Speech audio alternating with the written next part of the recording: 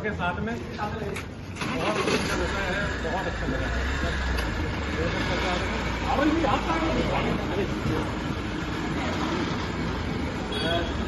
उधर से लेना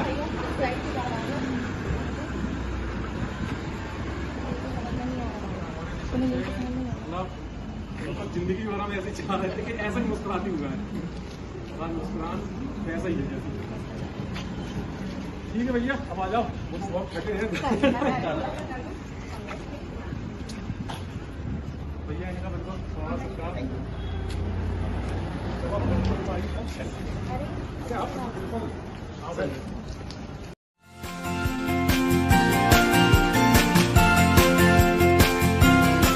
हम लोग तो सर दो ही थे, हम तो दो ही हाँ, करते थे। मतलब हमने तो साथ में पढ़ाई की है, एक दूसरे की कॉपीज चेक की हैं और लगभग सोचना भी एक सा, लिखना भी एक सा, इसलिए मेंस में मार्क्स भी एक से हैं, हमेशा से एक सा रहा है सर। सेंटर भी एक से थे भाई। सेम तो सेंटर। आप लोग मतलब सेंटर एक ही था, तो ऐसे आगे पीछे तो नहीं थे? नहीं सर, नहीं ये नहीं था सर। इंटरव्यू हमारे एक ही तारीख को, दोनों इंटरव्यू 3 मई 30 अप्रैल। अरे वाह, हमेशा। बहुत बढ़िया। मार्क डिफर करते हैं इसलिए। हाँ जी सर। अच्छा पूजा, लोग कहते हैं नहीं है और नहीं होना होगा तो नहीं होगा, तो मैंने सोच लिया था इनका मैं नेट की प्रिपरेशन करूंगी और प्रोफेसर बनूंगी।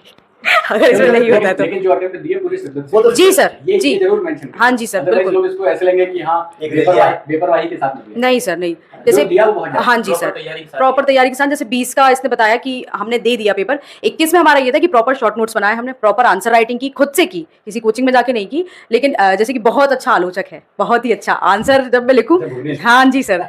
तो नहीं ये ऐसे नहीं लिखना था, नहीं वो वैसे नहीं लिखना था, तुम ऐसे नहीं बोलती हो, तुम वैसे नहीं बोलती हो। पोस्ट ना एसडीएम डालने की जरूरत है फर्स्ट पे, लेकिन एक काम कर, सेकंड नंबर पे कोई ऐसी डाल दे तो तुझे मिल जाए कम नंबर में भी। ये लड़ाई भी तब चालू हुई थी जब मैंने इनको बोला कि आप क्योंकि लड़कियां जैसे कि आपने बोला सिंसियर होती हैं, क्योंकि वो हमारे यहाँ ऐसा बोलते हैं कि 3 कुल की लेके चलती हैं, माता की, अपने मम्मी पापा की, अपने ससुराल की और अपने नाना पक्ष की।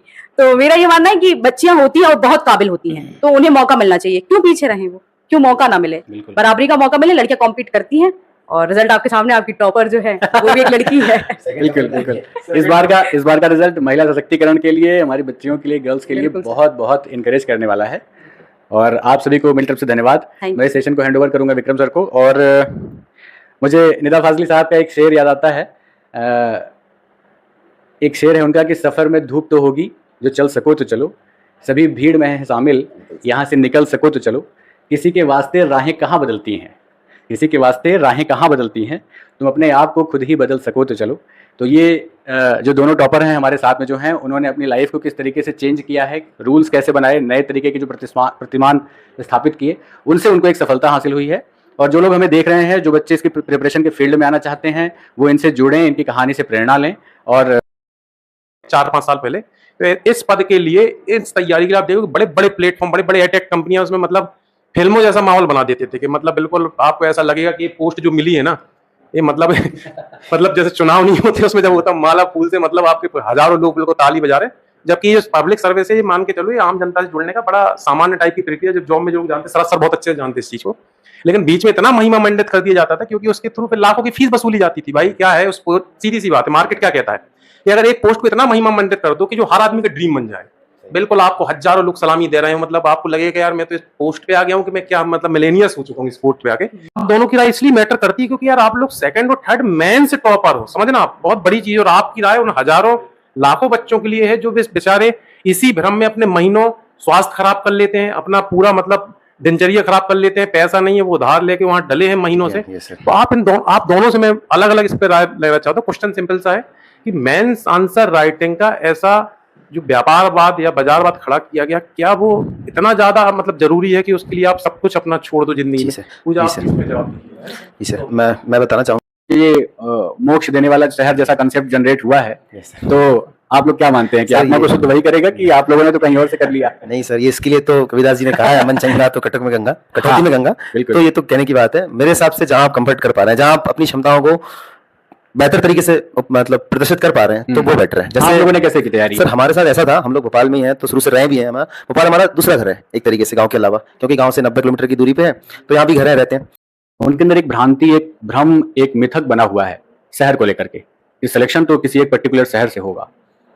आप दोनों ने उस चीज को तोड़ा है और अभी हम लोग बहुत सारे जो टॉपर्स हैं हम लगातार उनसे बात कर रहे हैं और सरप्राइजिंगली ये है कि टॉप 10 में जो 6-7 बच्चे हैं 8 बच्चे हैं वो सभी भोपाल से हैं। बिल्कुल। भोपाल से भी कहने का मतलब ये है कि वो विशुद्ध रूप से अपने जो ग्रामीण पृष्ठभूमि है उससे संबंधित है, उन्होंने अपनी जड़ें नहीं छोड़ी थी, है ना। तो हम क्या मान के, मुझे लगता है सर ने भी सही कहा कि जो एक बाजार खड़ा हो गया है और सगुफा से बनाया जा रहा है कि भैया आप क्रैश कोर्स चलाए जा रहे हैं कि 2 महीने हम कराएंगे आंसर राइटिंग। तो ये क्रैश कोर्स क्या चीज है सर? हाँ, तो ये तो हमें तो नहीं पता था, हम यहाँ आए, हमने तो देखा ये सबसे किफायती कौन सी है, तो हमने पहली बार इनके संस्थान से प्रीलिम्स में खैर जुड़े हुए थे, तो इनसे संपर्क साधा तो पता चला कि बहुत किफायती करा रहे हैं।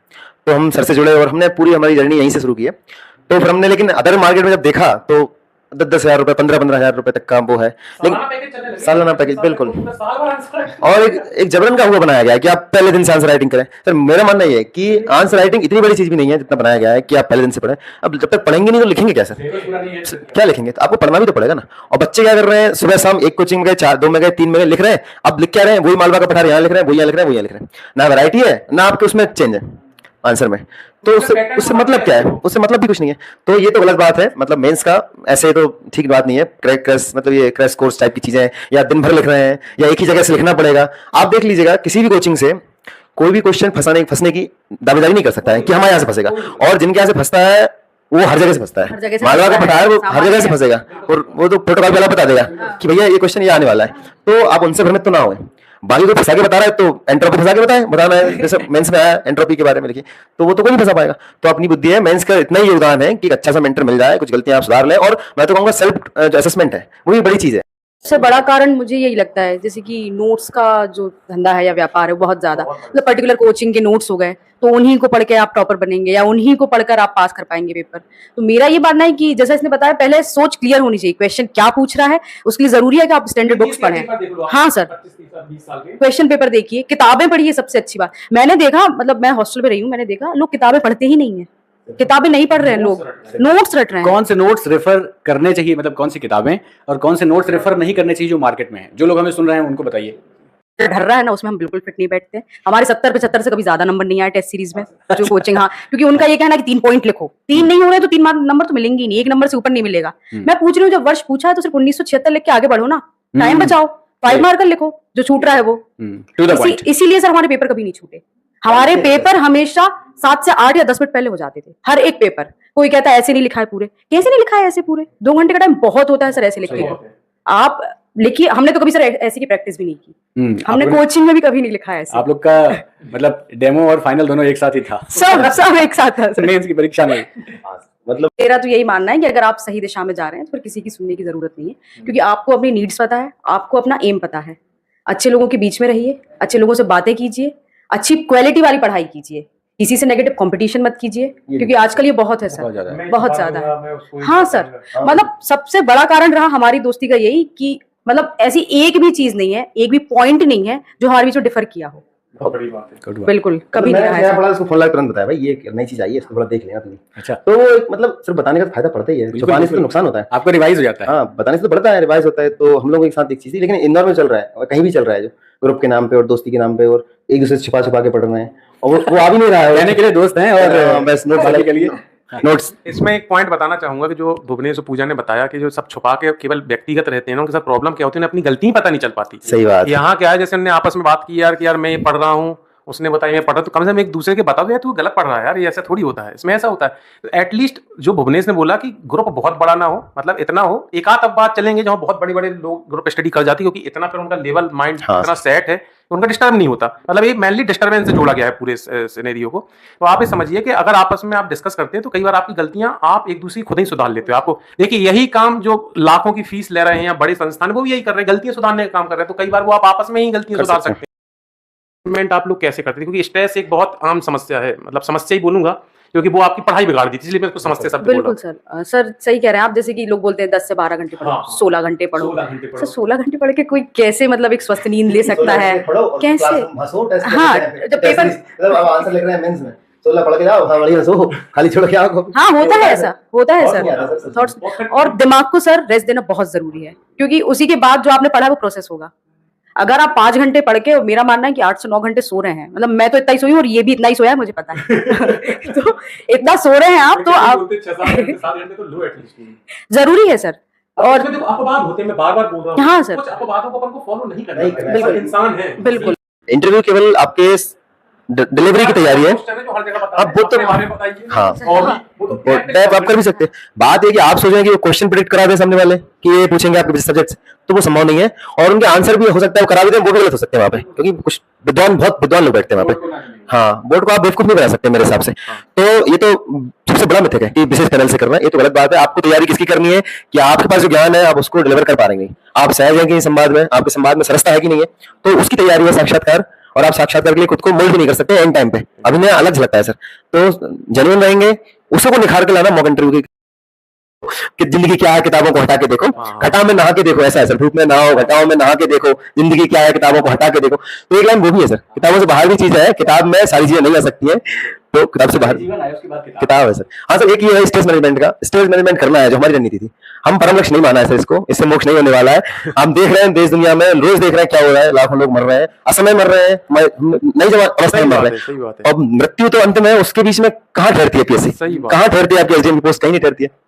तो वो इतनी बड़ी चीज भी नहीं है। यदि आप क्लियर रहेंगे कि भैया अंत तो है ही, तो फिर इतना लाभ नहीं होगा। और जीवन मरण का तो सर है ही नहीं सवाल, जो इस पार पालेगा कि भैया हाँ इतनी बड़ी चीज नहीं है, होगा तो होगा, क्षमताएं पूरी देंगे, एक पड़ाव है, पड़ाव है। 4-5 साल आया। पूरी ऊर्जा लगाएंगे, उससे होगा तो ठीक है, क्योंकि स्ट्रेस में से क्षमताएं कम होती है। यदि आप इस तरह दबाव रखते हैं करना ही है, इस बार तो करना ही है, घर वालों को खुद तरीके विकसित करें। दूसरा पॉइंट कि आप क्लासेस लेना चाहते हैं, नहीं लेना चाहते, तो किसी को देख के कि किसी प्लेटफॉर्म पे आ रहा है इसलिए आप चले जा रहे हो, नहीं, वो आपका स्वैच्छिक डिसीजन है। और कंफर्टेबल अपने संसाधनों में लो। भाई आपके घर की आय नहीं है तो आप, मैंने कई लोगों को देखा है कि कई लोग तो जमीन गिरवी रख के जा रहे हैं, उसमें दो घाटे हो रहे हैं। एक तो माता पिता पैनिक हो रहे हैं क्योंकि भाई अगर किसी के आपने जमीन रख दी, आर्थिक संसाधन ही गिरवी रख गया, तो आप कैसे मन से शांत रहोगे। वो जो पीएससी का एग्जाम, मैंने बार बार बोला कि ये बिल्कुल शॉर्ट टर्म प्रोग्राम नहीं, कम से कम 1.5-2 साल की प्लानिंग आपको करके चलना ही पड़ेगी। हाँ, मैंने बोला अपवाद होते हैं, कुछ लोग निकलते हैं 1 साल में, लेकिन मैंने बोला ना अपन को सामान्य टर्म में चलना है। तो भाई इसमें इतना ज्यादा संसाधनों के बाहर निकल के मत काम करिए। आप किसी भी शहर में कंफर्टेबल हो करिए। बाकी हम लोग काफी किफायती शिक्षा मिशन चला ही रहे हैं, मतलब जो सहयोग आप लोगों को कर ही रहे हैं, हजारों बच्चे फायदा ले भी रहे हैं और हुए भी हैं। आप रिजल्ट्स भी देख रहे हैं लगातार। लगभग हर टॉपर्स ने ये बोला है कि उनको कहीं ना कहीं हमारे उन किफायती शिक्षा प्रोग्राम्स की चीजों से फायदा मिला है। और बाकी अगर आपके पास बहुत संसाधन है, प्रीलिम्स तो आप यहीं से किया था जो भोपाल में हुआ था आपका टेस्ट सीरीज के बाद, उसके बाद यहाँ से तो सर 200 रुपए लगे लिए थे आपने मात्र, और इतना वैल्यूएबल, और जो आंसर आपने दिए थे उसके, उससे इतने क्वेश्चन तैयार हो गए थे, तो वो तो काफी किफायती रहा था। तो एक मन में ख्याल था कि भैया जुड़ना है, संस्था से आगे जुड़े रहना है, बहुत अच्छा काम कर रहे हैं और आप निस्वार्थ कर रहे हैं, तो एक वो भी मोटिवेशन था कि चलिए अच्छा काम कर रहे हैं और भविष्य में मतलब पूरे 100% आप कर रहे हैं। आपका सहयोग लगेगा फ्यूचर में। बिल्कुल सर, इसीलिए तो आए हम। और मैं यही कहना चाहूंगा, जो कर सकते हैं जरूर करें, क्योंकि जो एक बाजारवाद बन गया है, डिमांड नहीं है लेकिन क्रिएट की जा रही है, तो उसको तोड़ना है। और उसके बाद हम मेंस में गए तो हम यही थे, यही लिखा, इतने अच्छे मेंटर मिले रवि सर जैसे, लेकिन हमने फिर भी ट्राई किया हमारे स्तर पर, क्योंकि हम नए थे कि भैया और भी लिखे, मार्केट में चल रहा है, उस खास कोचिंग का लिखना है। तो पता किया तो भैया तो आसमान जैसे रेट थे भैया टेस्ट सीरीज के, हम लोग नहीं गए। अच्छा ये नहीं गए, हम नहीं फंसे, तो हम वो ढर्रे में सेट जाते। तो वो हमारे, क्योंकि जो खाली दिमाग था उस टाइम पे, हमारे न्यूरल पाथ नचले थे। हमारे सीमित प्रोग्राम ही रहते हैं। इनको भी पता है कि हम लोग जैसे मेंस भी टेस्ट लाए तो 50-60 तक बताया कि प्रारंभ में मोटिव तो यही था कि किफायती थी, हाँ। इसलिए हमने ये ज्वाइन की थी। बाकी सर आगे चल के जैसे रवि सर का सहयोग मिला, रवि सर की कॉपी चेकिंग, सर इतनी 2-3 ये बता रहा है जैसे 2-3 जगह और टेस्ट दे चुके हैं हमने आज तक ऐसी कॉपी चेकिंग नहीं की सर। बहुत ही बड़ी बात। कॉपी में हमसे ज्यादा सर लिखते थे मतलब सच में कम से कम 1.5 से 2 घंटे एक कॉपी को चेक करने में, और कोई व्यक्ति आपको बाहर इतना टाइम नहीं देगा। पर्सनली इतने अच्छे बताने वाला मेंटर नहीं है मिलना। किसने चेक किया है। बिल्कुल सर, सबसे बड़ा तो ये समस्या है। जैसे उसने बता दिया कि बस लिख दिया कि इसको 3 लाइन में लिखना है, इसको 4 लाइन में लिखना है, एनसीईआरटी का सहारा लें, राइटिंग सुधारें, लाइन खींचें, डायग्राम बनाएं, बस ये चीजें हैं। वाकई में यही चीजें हैं। कोई आपको सच में बताने वाला नहीं है कि क्या चीज सही है और क्या गलत है। हालांकि सर अपदीपो भव, तो मतलब खुद से उस चीज को एनालाइज करना कि हम लेकिन क्या बहुत लेट हो जाते हैं। जब तक आपका आपोदीपो भव होता है तब पंचवर्षीय प्रोग्राम तैयार है। बिल्कुल सर, लाभ लेना चाहिए। और जैसे सर इतना व्यक्तिगत इंटरेस्ट कोई नहीं लेता, जैसे आप हैं सर, आप बीच बीच में हमसे आके मिलते रहे, मोटिवेट करते रहे हमको। अंकिता मैम आई थी सर के थ्रू मिलने। तो सर मतलब मुझे नहीं लगता किसी भी कोचिंग इंस्टीट्यूट में इतना लोगों को एक्सपोजर मिलता होगा बच्चों को कि वो खुद से जाके कॉपी बता सकें अपनी, या बात कर सकें, या हम क्या कर सकते हैं ये पूछ सकें। तो नहीं होते हैं सर, और इस चीज के लिए सर हम बहुत थैंक यू हैं। और सर एक लाइन और, जैसा बोले पीएससी का बड़ा संघर्ष है, ये है वो है। सर संघर्ष जैसा कुछ लगा नहीं है, सही बताया सर, संघर्ष जैसा इसलिए नहीं लगाया, आप लोगों का सपोर्ट था, जरूर बस सही बात पे थे आप जैसे लोग थे, और सही किया, थोड़ा सा बुद्धि भी लगाई तो हो गया सर। संघर्ष जैसा कुछ नहीं हुआ, सहजता से हो गया। कोई दबाव नहीं। बिल्कुल सर, सहजता से। दबाव इसलिए तो बहुत मेंटर आपने नहीं बनाए सर ये कारण है इस चीज का कि जैसे हम फेल हुए तो लोग खुद का इवैल्यूएशन, मैं मानती हूँ खुद का इवैल्यूएशन करो कि क्या गलत किया हमने, क्या सही कर सकते हैं, लेकिन इस चीज़ के चक्कर में चीज़ें फ्लक्चुएट करती हैं कि अब ये नोट नहीं, ये अगली बार फिर फेल हो गए, अब ये नहीं, वो उठाएंगे, टीचर बदल लेंगे। इस आदमी से पढ़ेंगे, उस आदमी से पढ़ेंगे, करने की जरूरत नहीं है सर, बिल्कुल नहीं है। आप जो पढ़ रहे हैं उस पर विश्वास रखिए, आज नहीं कल होगा, मेंस नहीं हुआ, पक्का होगा तो सर। बार बार बोला जी कि सर। आप जैसा लिखते थे वैसा ही लिखो। हकीकत है, वो अपनी हकीकत। नेचुरलिटी पे रहे हैं बिल्कुल, उसमें चेंज करने की कोई जरूरत नहीं है। इन्होंने कभी अपनी आंसर राइटिंग पे कोई चेंज नहीं किया, जैसा लिखते हैं वैसा ही लिखा। पहले तारुफ करें, हम लोग तो हम भी कभी उसके पीड़ित नहीं रहे। हम देख रहे हैं सर, हमारे दोस्तों को ने जब एग्जाम दिया और हम जब अपना फेस गए तो हमारे सर पे था नहीं। वही हमारे पेरेंट्स हमें घर से पैसे भेजते थे, हम रूम लिया करते थे। हाँ। अब तो लगता है कि लोग लाइब्रेरी ज्वाइन करते हैं और सीधे कहाँ चले जाते हैं, पता और नहीं। सर आप ही कह रहे हैं, हमने देखा इंदौर में 9th-10th के बच्चे ज्वाइन कर रहे हैं लाइब्रेरी, 8th के बच्चे ज्वाइन कर रहे हैं। तो ये एक झूठा प्रोपेगेंडा नैरेटिव सेट किए गए सर, मार्केट में, आज तक सर ने बताया बहुत डोमिनेंस है, हमें पता नहीं है लेकिन बहुत डोमिनेंस है उनका। वो जो डिमांड है नहीं है लेकिन डिमांड क्रिएट कर रहे हैं। अब अच्छी चीजें पहुंच नहीं रही मार्केट में, हमारी अपनी सर ने बताया चैनल की चीजें तो समझ में नहीं आती है, और विज्ञापन तो देख रहे हैं किसका चल रहा है कैसे थे और आप बैतूल में पोस्टेड थे। Yes, sir. तो मेरा सवाल ये है कि क्या अब जो लोग हैं जो भी आगे इस जर्नी को कंटिन्यू करेंगे, क्या उन्हें पहले अपने हाथ में कोई जॉब ग्रिप कर लेनी चाहिए प्लान बी के तहत? क्योंकि sir. प्लान ए तो अभी एग्जीक्यूशन में है और उसमें टाइम लग रहा है। Yes, sir. तो बिल्कुल। मुझे लगता है कि परिवार को और एक व्यक्ति अपने व्यक्तिगत स्तर पर थोड़ा सा ज़्यादा संतुष्ट रहेगा, है ना, क्योंकि वो एक बहुत लंबे समय तक परिवार के ऊपर बोझ बना हुआ है। Yes sir. है ना सर, मेरा इसमें ये मानना रहेगा, अब बात सर ने बोला कि चीजें हट कर सकती है मेरे सोचने से, आपके सोचने से। हेलो फ्रेंड्स, कैसे हैं आप सभी? उम्मीद कर रहा हूँ बहुत स्वस्थ होंगे और अपनी एग्ज़ाम की तैयारी आपकी बहुत अच्छी चल रही होगी। और जैसा कि आप देख रहे होंगे कि अभी 21 का रिज़ल्ट आया है फाइनल, और उसमें एक जो सिलेक्शन हुए हैं, बहुत ऐसे स्टूडेंट्स के सिलेक्शन हुए हैं जो बड़े महानगरों में ना जाते हुए उन्होंने अपने संसाधनों में रह के, अपने क्षेत्रों के आसपास रहते हुए उन्होंने तैयारी की और सफलता पाई। और सफलता ऐसी वैसी नहीं, एक शीर्ष स्तर की सफलता, जिसके लिए एक बहुत पैमाने गढ़े जाते हैं कि आपको ये करना होगा, एक बंद से डाली जाती है कि आपको ये करना। हालांकि इस पे हमारा जो सेशन है बहुत आज हटके सेशन हम लोग लेने की कोशिश कर रहे हैं, जो कन्वेंशनल सेशन चलते हैं वही घिसे पिटे क्वेश्चन। तो आज हमारी कोशिश है कुछ नए क्वेश्चंस लेके आके, क्योंकि इसमें हमारे साथ जो दो लोग हैं, मतलब ये मान के चलिए कि उन्होंने अपनी स्ट्रेटेजी खुद बनाई और सबसे जुदा बनाई। उन्होंने मतलब बहुत ज़्यादा किसी के को फॉलो नहीं किया, मतलब सुना जरूर सभी को, लेकिन अपनी स्ट्रेटेजी उन्होंने खुद बनाई। इसलिए आज आप देख रहे हैं कि आज वो एक शीर्ष पोजीशन लेकर बैठे हैं। चलिए, तो सबसे पहले मैं इंट्रो करा देता हूँ। तो मुझे बताते हुए बड़ी खुशी हो रही है, और हमारे बड़े प्रिय दोनों लोग पूजा और भुवनेश आज आए हैं, और मुझे इतनी खुशी हो रही है। एक टाइम था आज से 2 महीने पहले या 4 महीने पहले, मतलब बड़े नॉर्मल हमारे साथ चर्चाएं होती थी, बहुत सारी खट्टी मीठी यादें हैं पुरानी। तो अब वो चीज़ें बीच बीच में सेशन में हम लोग डिस्कस करेंगे। तो अभी पहले शुरुआत में बता देता हूँ कि हमारे साथ सबसे पहले हैं पूजा चौहान, और उनकी ओवरऑल रैंक 3 है। और मेंस के जो मार्क्स होते हैं, जिसको माना जाता है कि भाई ये रीढ़ है किसी भी सिविल सर्विस की तैयारी में, मेंस के मार्क्स हमेशा रीढ़ माने जाते हैं, क्योंकि इसी से डिसाइड होता है। और इन दोनों ने प्रूव किया है, क्योंकि इनको इंटरव्यू में इतने कम मार्क्स मिले हैं, उस हिसाब से देखा जाए जो भी हुआ हो। उसके बाद उनके मेंस के मार्क्स इतने ज़बरदस्त हैं कि उन्होंने इनको काफ़ी कंपनसेट हर चीज़ को किया है, जो कि हम लोग हर सेशन में बोलते हैं कि अगर सिविल सर्विस की तैयारी करनी है तो भैया मेंस बहुत अच्छा कर लो। वो अच्छा है तो होता है ना, सब फिर आप गलतियां भी कर रहे हो, भले आपका ड्रेसिंग सेंस अच्छा नहीं है, आपको बोलना नहीं आता, कोई फर्क नहीं पड़ने वाला। मेंस में दमदारी है तो सब में दमदारी है, ठीक है। तो वो बाद में डिस्कस करेंगे। तो पूजा के बारे में बता दिया, रैंक 3 ओवरऑल, और मेंस में सेकंड हाईएस्ट मार्क्स है 805, है ना। आप लोग देख रहे होंगे, पहले अंकिता जी का हम ले चुके हैं जिनके 810 मार्क्स है मेंस में, सेकंड पूजा है। और मेंस के थर्ड टॉपर हमारे साथ भुवनेश चौहान है, और उनका अभी डीएसपी रैंक 3 आई है, लेकिन मेंस में देखा जाए तो थर्ड रैंक उनकी। मतलब ये जो 3 वाला फिगर है बड़ा गजब का है। पूजा की थर्ड रैंक है, भुवनेश की थर्ड डीएसपी रैंक है, और उनका मेंस में भी थर्ड रैंक है आपको, है ना। तो चलिए, इस सेशन को मैं चाहता हूं कि सबसे पहले इंट्रो के तौर पे शुरू किया जाए। तो सबसे पहले मैं भुवनेश और पूजा से बोलूँगा कि कृपया हमारे जितने दर्शकगण हैं उनको पहले बताएं कि क्या उनका इंट्रो, तो उसके बाद क्वेश्चन आंसर आउट सेशन करने शुरू करेंगे। नमस्कार सर, आप सभी लोगों को। मेरा नाम भुवनेश चौहान, जैसा कि सर ने बताया, और मेरा डीएसपी रैंक 3 के लिए अभी सिलेक्शन हुआ है 2021 में। ये मेरा दूसरा अटैम्प्ट था। 2020 में भी मैंने पहली बार इंटरव्यू दे चुका हूँ, और 2021 में ये सफलता मेरे को मिल गई है, जिसके लिए हम सभी सर लोगों के लिए आभारी हैं। और आज इन्होंने यहाँ बुलाया तो बड़ा अच्छा लग रहा है। और मेरी जो 12th तक की एजुकेशन हुई है हमारे गांव के ही शासकीय स्कूल से हुई है। मेरा गांव गोलवाड़ा है, तहसील बाड़ी, जिला रायसेन में, काफ़ी विख्यात गांव है। और वहाँ से हमारी स्कूलिंग हुई है और मैंने स्नातक में बीएससी कंप्यूटर साइंस से बरकतुल्लाह विश्वविद्यालय से स्नातक पूर्ण किया है। तत्पश्चात मैं पीएससी की तैयारी से जुड़ा हुआ था और बीएस एजुकेशन से भी जुड़ा हुआ था और दूसरे प्रयास में ये मैंने सफलता पाई है। मेरे साथ मेरी दोस्त हैं, हम दोनों साथ में तैयारी की है, पूजा चौहान।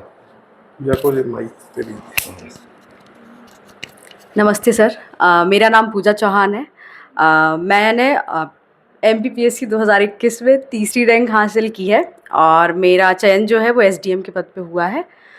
सर, मेरे पिताजी की जो मातृभूमि है वो सेम है जैसे कि इसने बताया गूगलवाड़ा, रायसेन ज़िले से, लेकिन उनकी कर्म भूमि जो है वो ग्राम बक्तरा है, जिला सीहोर से। तो मेरी प्राइमरी एजुकेशन बक्तरा से हुई है। उसके बाद सर मैंने भोपाल के सरदार पटेल पब्लिक स्कूल से पढ़ाई की है और मेरा कॉलेज भी यहीं से हुआ है सर, नूतन कॉलेज से, जिसमें मैंने BA और MA किया पब्लिक एडमिनिस्ट्रेशन में। और सर मेरा भी ये सेकेंड अटैम्प्ट था। 2020 में हम लोग इंटरव्यू तक गए थे लेकिन फिर कुछ हुआ नहीं था और फिर ये सेकेंड अटैम्प्ट था और स्टार्टिंग से ही हमने साथ में तैयारी की है, साथ में लिखा है, साथ में पढ़ा है और आपके सामने रिजल्ट है। बहुत बढ़िया। हालांकि मैं बता दूं कि दोनों हमारे जो बहुत प्रियजन हैं, बड़े हंसमुख स्वभाव के हैं और उन्होंने जो तैयारी की है, उन्होंने इस तैयारी को अपना जीवन नहीं बनाया कि भाई अगर एक ख़त्म तो जीवन ख़त्म। उन्होंने इसको एक अपने जीवन का पड़ाव या अंग माना और उसको अपने जीवन के और चीज़ों को डिस्टर्ब ना करते हुए तैयारी जारी रखी और अपने प्लान B जो ज़िंदगी में बोला जाता है कि हर तैयारी के साथ रखना चाहिए, तो उसको जारी रखा। हालांकि इस पर हम लोग डिटेल डिस्कशन आगे करेंगे। तो चलिए अभी मैं बाद में आता हूँ सेशन में अन्य क्वेश्चन के साथ। मैं शरद, हाँ, अपने दो और हमारे मेहमान हैं, सबसे पहले आपको इंट्रोड्यूस करा दूँ। हमारे साथ शरद पांडे जी हैं, हमारे NGO प्रोग्राम्स में लगातार सहयोगी रहे हैं और हमारे बड़े प्रिय मित्र हैं और प्रेजेंट में डिप्टी डायरेक्टर हैं नगरीय प्रशासन में। अपने जॉब के बाद हमें वो समय दे पाते हैं, हम लोगों का सौभाग्य है।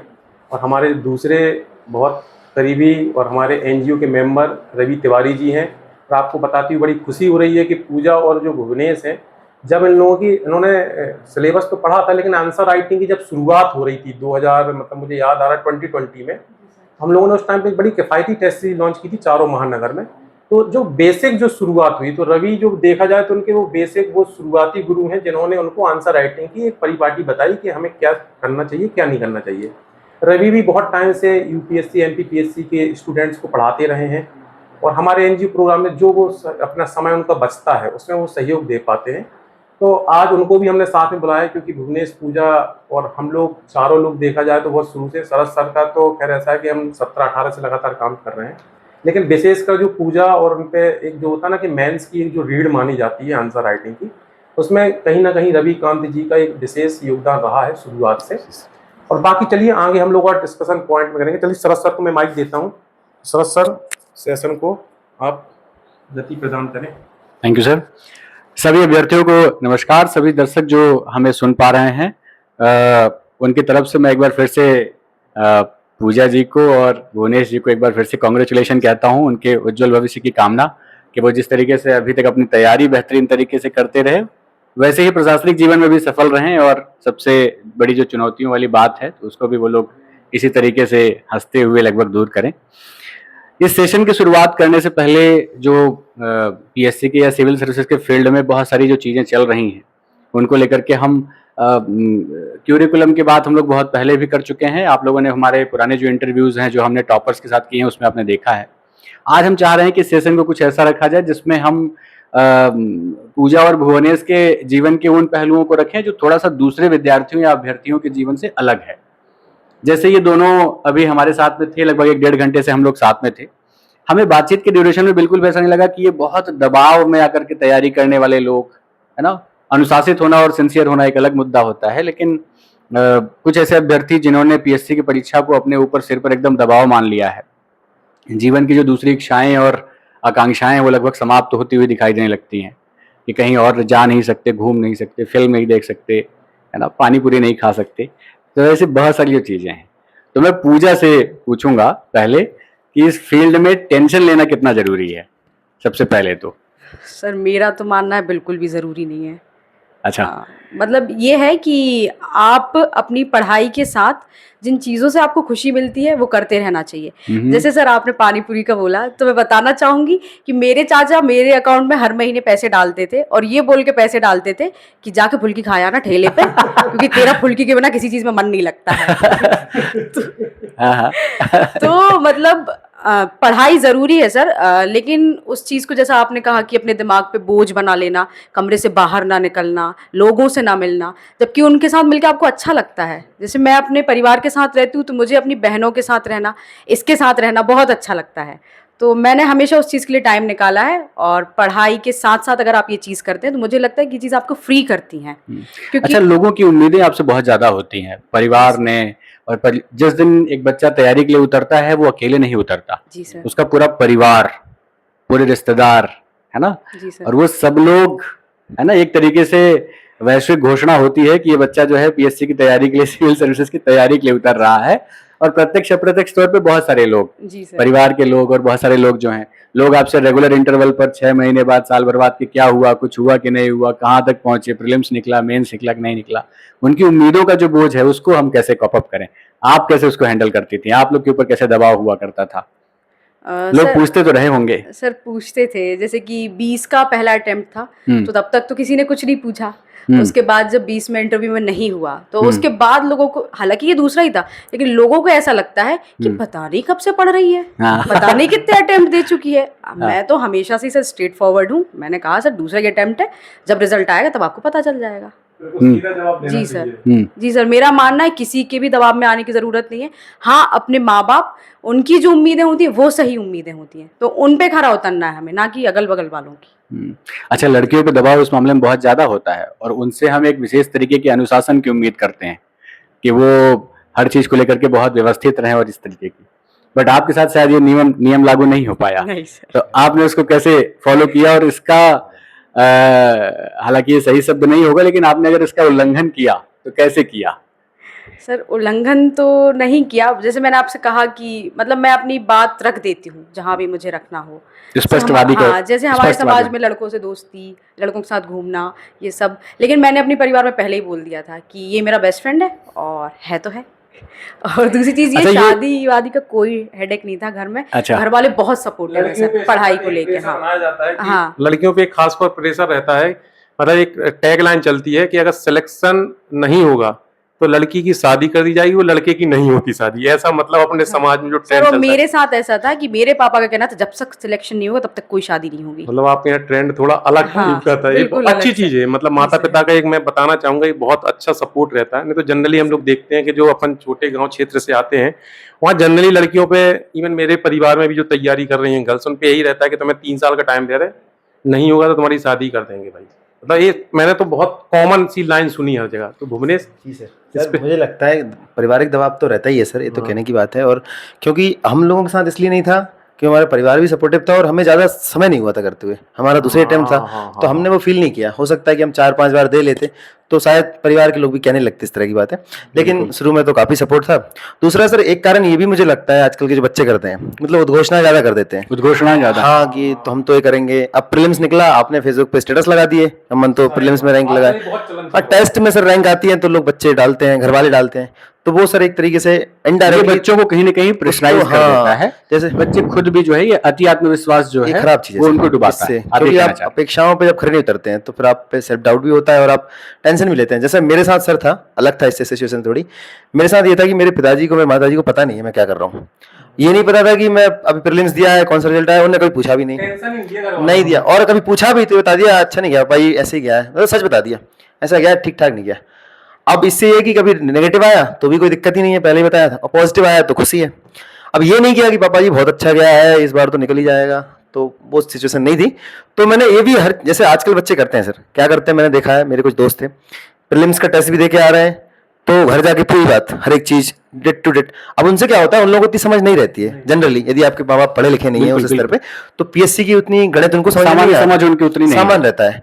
अब जैसे हमारे थे, मैं देखता हूँ अंकल जी थे, दोस्त के पिताजी, अब उनका कहना ये है कि यार मात्र 800 नंबर लाने आपको 1400 में से, उसमें क्या है, उसमें क्या बड़ी बात है। अब उनको नहीं पता है, तो ये गलती अपनी है कि अपन उनको हर एक बारीक इतनी बता रहे हैं। तो मेरे हिसाब से उतना ही बताना चाहिए, उतनी उद्घोषणा करनी चाहिए। आप ये कहना चाह रहे हैं कि परिवार को अपने बच्चे को विश्वास में लेना चाहिए, और हाँ। बच्चे को भी अपने परिवार को विश्वास में लेना चाहिए कि आपने हमें इस फील्ड में भेजा है, तो देर सवेर हम आपको एक हाँ, रिजल्ट और देंगे। मेरे कहने का क्रक्स है वो ये है कि परिवार से आप उतनी उतनी उम्मीद नहीं रख सकते, क्योंकि उन्हें इतना गणित नहीं पता होता नहीं पीएससी पता, का। तो आप उनको बताएं, सच्चाई बताएं, लेकिन उनको झूठे छलावे में ना रखें कि हम तो अगले साल कर ही लेंगे, हम तो ये आखिरी है, इस बार तो हम कर ही लेंगे। उससे फिर दुख होता है, बाद में फिर दबाव भी आता है, इसलिए फिर वो नेगेटिव भी हो जाते हैं बाद में। मतलब आप कमिटमेंट ना दीजिए, आप तैयारी अपने स्तर पर जारी कीजिए जो आपका अनुशासित होके, बिल्कुल। लेकिन ये घोषणाएं नहीं होनी चाहिए, क्योंकि फिर वो परिवार भी 4 लोग हम बोलेंगे तो 4 लोगों का दबाव फिर आएगा आपके पास। तो इनसे थोड़ा सा बचना चाहिए, शांति से करते रहो तो वो ज्यादा बेटर रहता है मेरे हिसाब से। अच्छा, बहुत सारे बच्चे मुझसे, विक्रम सर से, रवि सर हमारे साथ में जुड़े हुए थे, बहुत सारे बच्चे जो है पिछले कुछ वर्षों में इंदौर को और दिल्ली को लेकर के जो यूपीएससी की प्रिपरेशन कर रहे हैं या जो एमपीपीएससी की प्रिपरेशन कर रहे हैं, खासकर दूर दराज के जो ग्रामीण क्षेत्र के बच्चे हैं, उनके अंदर एक भ्रांति, एक भ्रम, एक मिथक बना हुआ है शहर को लेकर के कि सिलेक्शन तो किसी एक पर्टिकुलर शहर से होगा। आप दोनों ने उस चीज को तोड़ा है, और अभी हम लोग बहुत सारे जो टॉपर्स हैं, हम लगातार उनसे बात कर रहे हैं, और सरप्राइजिंगली ये है कि टॉप 10 में जो 6-7 बच्चे हैं, 8 बच्चे हैं, वो सभी भोपाल से हैं। बिल्कुल। भोपाल से भी कहने का मतलब ये है कि वो विशुद्ध रूप से अपने जो ग्रामीण पृष्ठभूमि है उससे संबंधित हैं, उन्होंने अपनी जड़ें नहीं छोड़ी थी, है ना। तो हम क्या मान के चलें कि इंदौर के लिए जो ये मोक्ष देने वाला शहर जैसा कंसेप्ट जनरेट हुआ है, तो आप लोग क्या मानते हैं कि सर, आत्मा को ये- शुद्ध वही करेगा कि आप लोगों ने तो कहीं और से कर लिया? नहीं सर, ये इसके लिए तो कबीरदास जी ने कहा है, मन चंगा तो कटक में गंगा, कटौती में गंगा। बिल्कुल। तो ये तो कहने की बात है। मेरे हिसाब से जहां आप कंफर्ट कर पा रहे हैं, जहां आप अपनी क्षमताओं को बेहतर तरीके से मतलब प्रदर्शित कर पा रहे हैं, तो वो बेटर है। आप जैसे लोगों ने कैसे की तैयारी? सर हमारे साथ ऐसा था, हम लोग भोपाल में ही हैं, तो शुरू से रहे भी हैं। भोपाल हमारा दूसरा घर है एक तरीके से, गांव के अलावा, क्योंकि गांव से 90 किलोमीटर की दूरी पे है, तो यहाँ भी घर है, रहते हैं। तो ऐसा था कि यहाँ फैमिली थी, तो वो एक फैमिली के साथ सपोर्ट था। कभी लगा ही नहीं कि हम कोई इतने बड़े युद्ध की तैयारी कर रहे हैं, ऐसा नहीं रहा कभी। साथ में रह रहे हैं, खा रहे हैं, थोड़ा पढ़ लिए अलग कमरे में, तो वो एक दबाव नहीं आया बाहर जाके। यदि आप इंदौर में, मैं देखता हूँ मेरे कुछ मित्र हैं, तो उन पे एक इनडायरेक्ट दबाव हमेशा काम कर रहा है कि आप मैच जा रहे हैं, वहाँ बातें हो रही हैं, आप शाम को चाय पीने जा रहे हैं, वहाँ वही बातें हो रही हैं। तो पीएससी ना बना के उसको आपने मतलब एक युद्ध जैसा बना लिया, हाँ। जिंदगी का खेल बना लिया। तो इंदौर में एक नेगेटिव ये है, और मैं ये नहीं कह रहा हूँ, कुछ लोग जो इंदौर के हैं उनके लिए इंदौर बेस्ट है, आप घर पे रह पा रहे हैं, उनके लिए तो- अतिरिक्त संसाधन खर्च हाँ, नहीं करने और पड़े। इसमें सर एक चीज ये भी रहेगी, जो व्यक्ति का स्वभाव है, जो चरित्र है, या जिस तरह की आदतें हैं कि वो घर में ही पढ़ पाता है, तो फिर ठीक बात है सर, आप पढ़ सकते हैं दूसरे शहर जाके। लेकिन ये तो गलत मिथक है कि आपको वहीं जाके मोक्ष होगा। ये तो कबीरदास क्या कहते हैं, मैं आपको दुआ सुना दूं सर। कबीरदास कहते हैं कि उनसे जब कहा गया लास्ट में, आखिरी में, कि अब बनारस में तो कोई भी मोक्ष पा लेता है, तो इसी जिद में वो मगर गए, जो उसर गए, पल्ली पार है, कि भैया मैं तो वहां जाके मरूंगा जहाँ नरक मिलेगा। तो कबीरदास क्या बोलते हैं कि क्या काशी क्या उसर मगर, राम हृदय बस मोरा, तिन काशी तन तजय कबीरा, बामा कौन नहीं हो रहा। यहाँ मर के मोक्ष मिला तो क्या मिला, आप तो उसी बार रहेंगे, इसमें मेरा एफर्ट अब मेरा एफर्ट है। तो कहने की बात यह है कि ये सब तो सब बातें हैं। आप मेरे एक टीचर हुआ करते थे, और हम लोग जब प्रिपरेशन कर रहे थे, तो हम लोगों ने भी उनसे ऐसे कुछ सवाल किए दिल्ली को लेकर के, कि वहाँ से ही सिलेक्शन हो रहे हैं पूरे भारत में यूपीएससी में, इस तरीके का। तो उन्होंने काउंटर में मुझे जवाब देने की बजाय मुझसे एक सवाल उन्होंने किया कि गौतम बुद्ध को ज्ञान कहाँ प्राप्त हुआ? तो मैंने कहा कि सर बोध गया। तो बोले कि तथ्यात्मक जानकारी के हिसाब से ये जवाब सही है, लेकिन दार्शनिक हिसाब से देखा जाए तो ये जवाब गलत है। बुद्ध कहीं भी रहे होते, वो स्थान मायने नहीं रखता, वो जिस अवस्था में पहुंच चुके थे उनको मोक्ष कहीं भी मिल जाता। यस सर, सारनाथ है, लुम्बिनी है, कुशीनगर है, कहीं भी रहे होते तो मिलता वहां पे। Yes sir. तो आप लोगों के माध्यम से जो लोग हमें देख रहे हैं, उन्हें हमें बताना चाहते हैं कि आपके लिए महत्वपूर्ण आपके संसाधन हैं, जिन अनुकूलतम संसाधनों के साथ में, जिन मिनिमम चीजों के साथ में आप एफर्ट लगा सकते हैं, आपका एफर्ट माने रखता है, ना कि शहर। ठीक है, बल्कि बड़े शहरों में मुझे लगता है कि लोग गुमराह ज्यादा होते हैं। सर एक चीज और मैं जोड़ना चाहूंगा, जैसे हम देखते हैं हर साल जो परिणाम आते हैं, यूपीएससी के परिणाम अब गांव से आने लगे हैं। हाँ। अपने जबलपुर दमोह से परिणाम आ रहे हैं गांव से।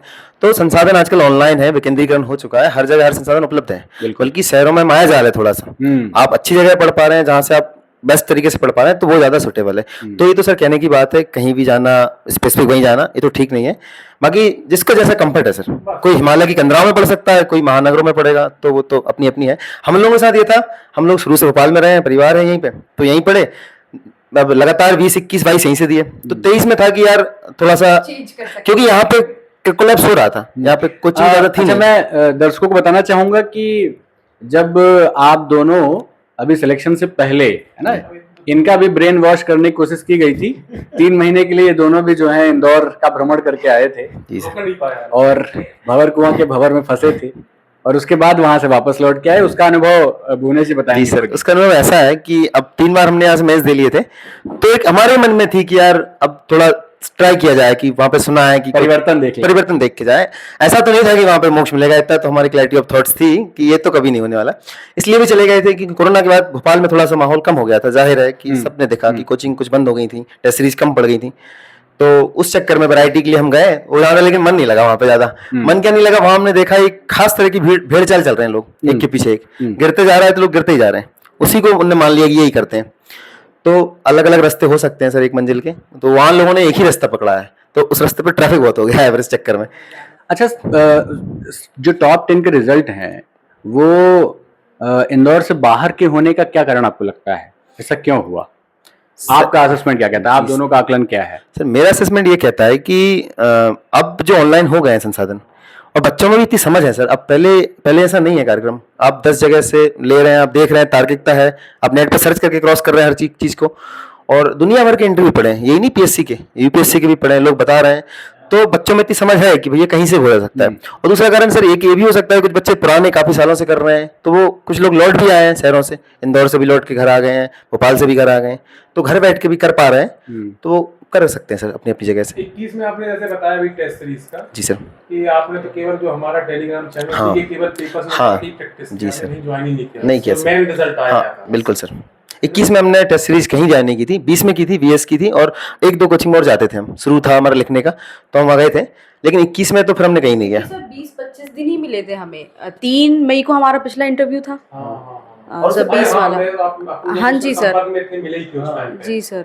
तो टाइम ही नहीं था। हाँ जी सर, तो हमने फिर खुद ही लिखा था जो भी लिखा था, घर पे आप खुद से घर पे खुद से क्वेश्चन पेपर निकाल के और खुद ही लिखे थे। और मतलब मैं बता दूं कि जो बच्चे नहीं जा पाते, हमारे टेलीग्राम चैनल है जो वीएस के, उस पे हम लोग क्वेश्चन पेपर लगातार मेंस के डालते रहे विद सॉल्यूशन, तो जो लोग करना चाहते थे वो घर पे भी प्रैक्टिस कर सकते थे, 3-4 लोगों का ग्रुप बना के भी कर सकते थे। जी सर।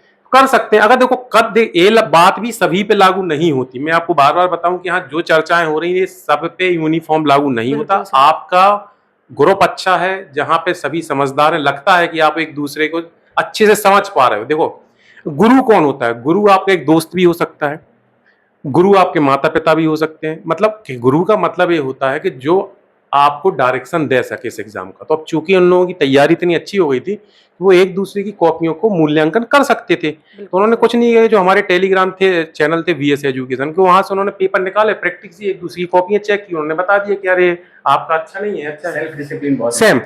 जैसे 20 की जो हमारी पहली टेस्ट सीरीज थी उसमें हालांकि रविकांत जी ने उनको एक बेसिक्स शुरू में बता दिए थे, लेकिन उन्होंने उसके बाद अपने आप को अपडेट किया, और आज आप देख रहे हो कि मतलब मुझे तो नहीं लगता है कि इतने सीमित संसाधनों में इतने कम में रहती हुई उन्होंने मतलब जो उपलब्धि पाई है उसके लिए मतलब बहुत बड़ी बड़ी कहानियां गढ़ी जाती हैं। अभी आप देखोगे अखबारों में पुराने 4-5 साल पहले, तो इस पद के लिए इस तैयारी के लिए आप देखोगे बड़े बड़े प्लेटफॉर्म, बड़े बड़े एटेक कंपनियां उसमें मतलब फिल्मों जैसा माहौल बना देते थे कि मतलब बिल्कुल आपको ऐसा लगेगा कि ये पोस्ट जो मिली है ना ये मतलब मतलब जैसे चुनाव नहीं होते उसमें जब होता माला फूल से मतलब आपके हजारों लोग बिल्कुल ताली बजा रहे, जबकि ये पब्लिक सर्विस है, ये मान के चलो ये आम जनता से जुड़ने का बड़ा सामान्य टाइप की प्रक्रिया, जब जॉब में जो लोग जानते, सर बहुत अच्छे से जानते इस चीज को, लेकिन बीच में इतना महिमा मंडित कर दिया जाता था क्योंकि उसके थ्रू फिर लाखों की फीस वसूली जाती थी। भाई क्या है उस सीधी सी बात है, मार्केट क्या कहता है कि अगर एक पोस्ट को इतना महिमा मंडित कर दो कि जो हर आदमी का ड्रीम बन जाए, बिल्कुल आपको हजारों लोग सलामी दे रहे हो, मतलब आपको लगेगा कि यार मैं तो इस पोस्ट पे आ गया हूँ कि मैं क्या मतलब मिलेनियस हो चुका हूँ इस पोस्ट पे आके।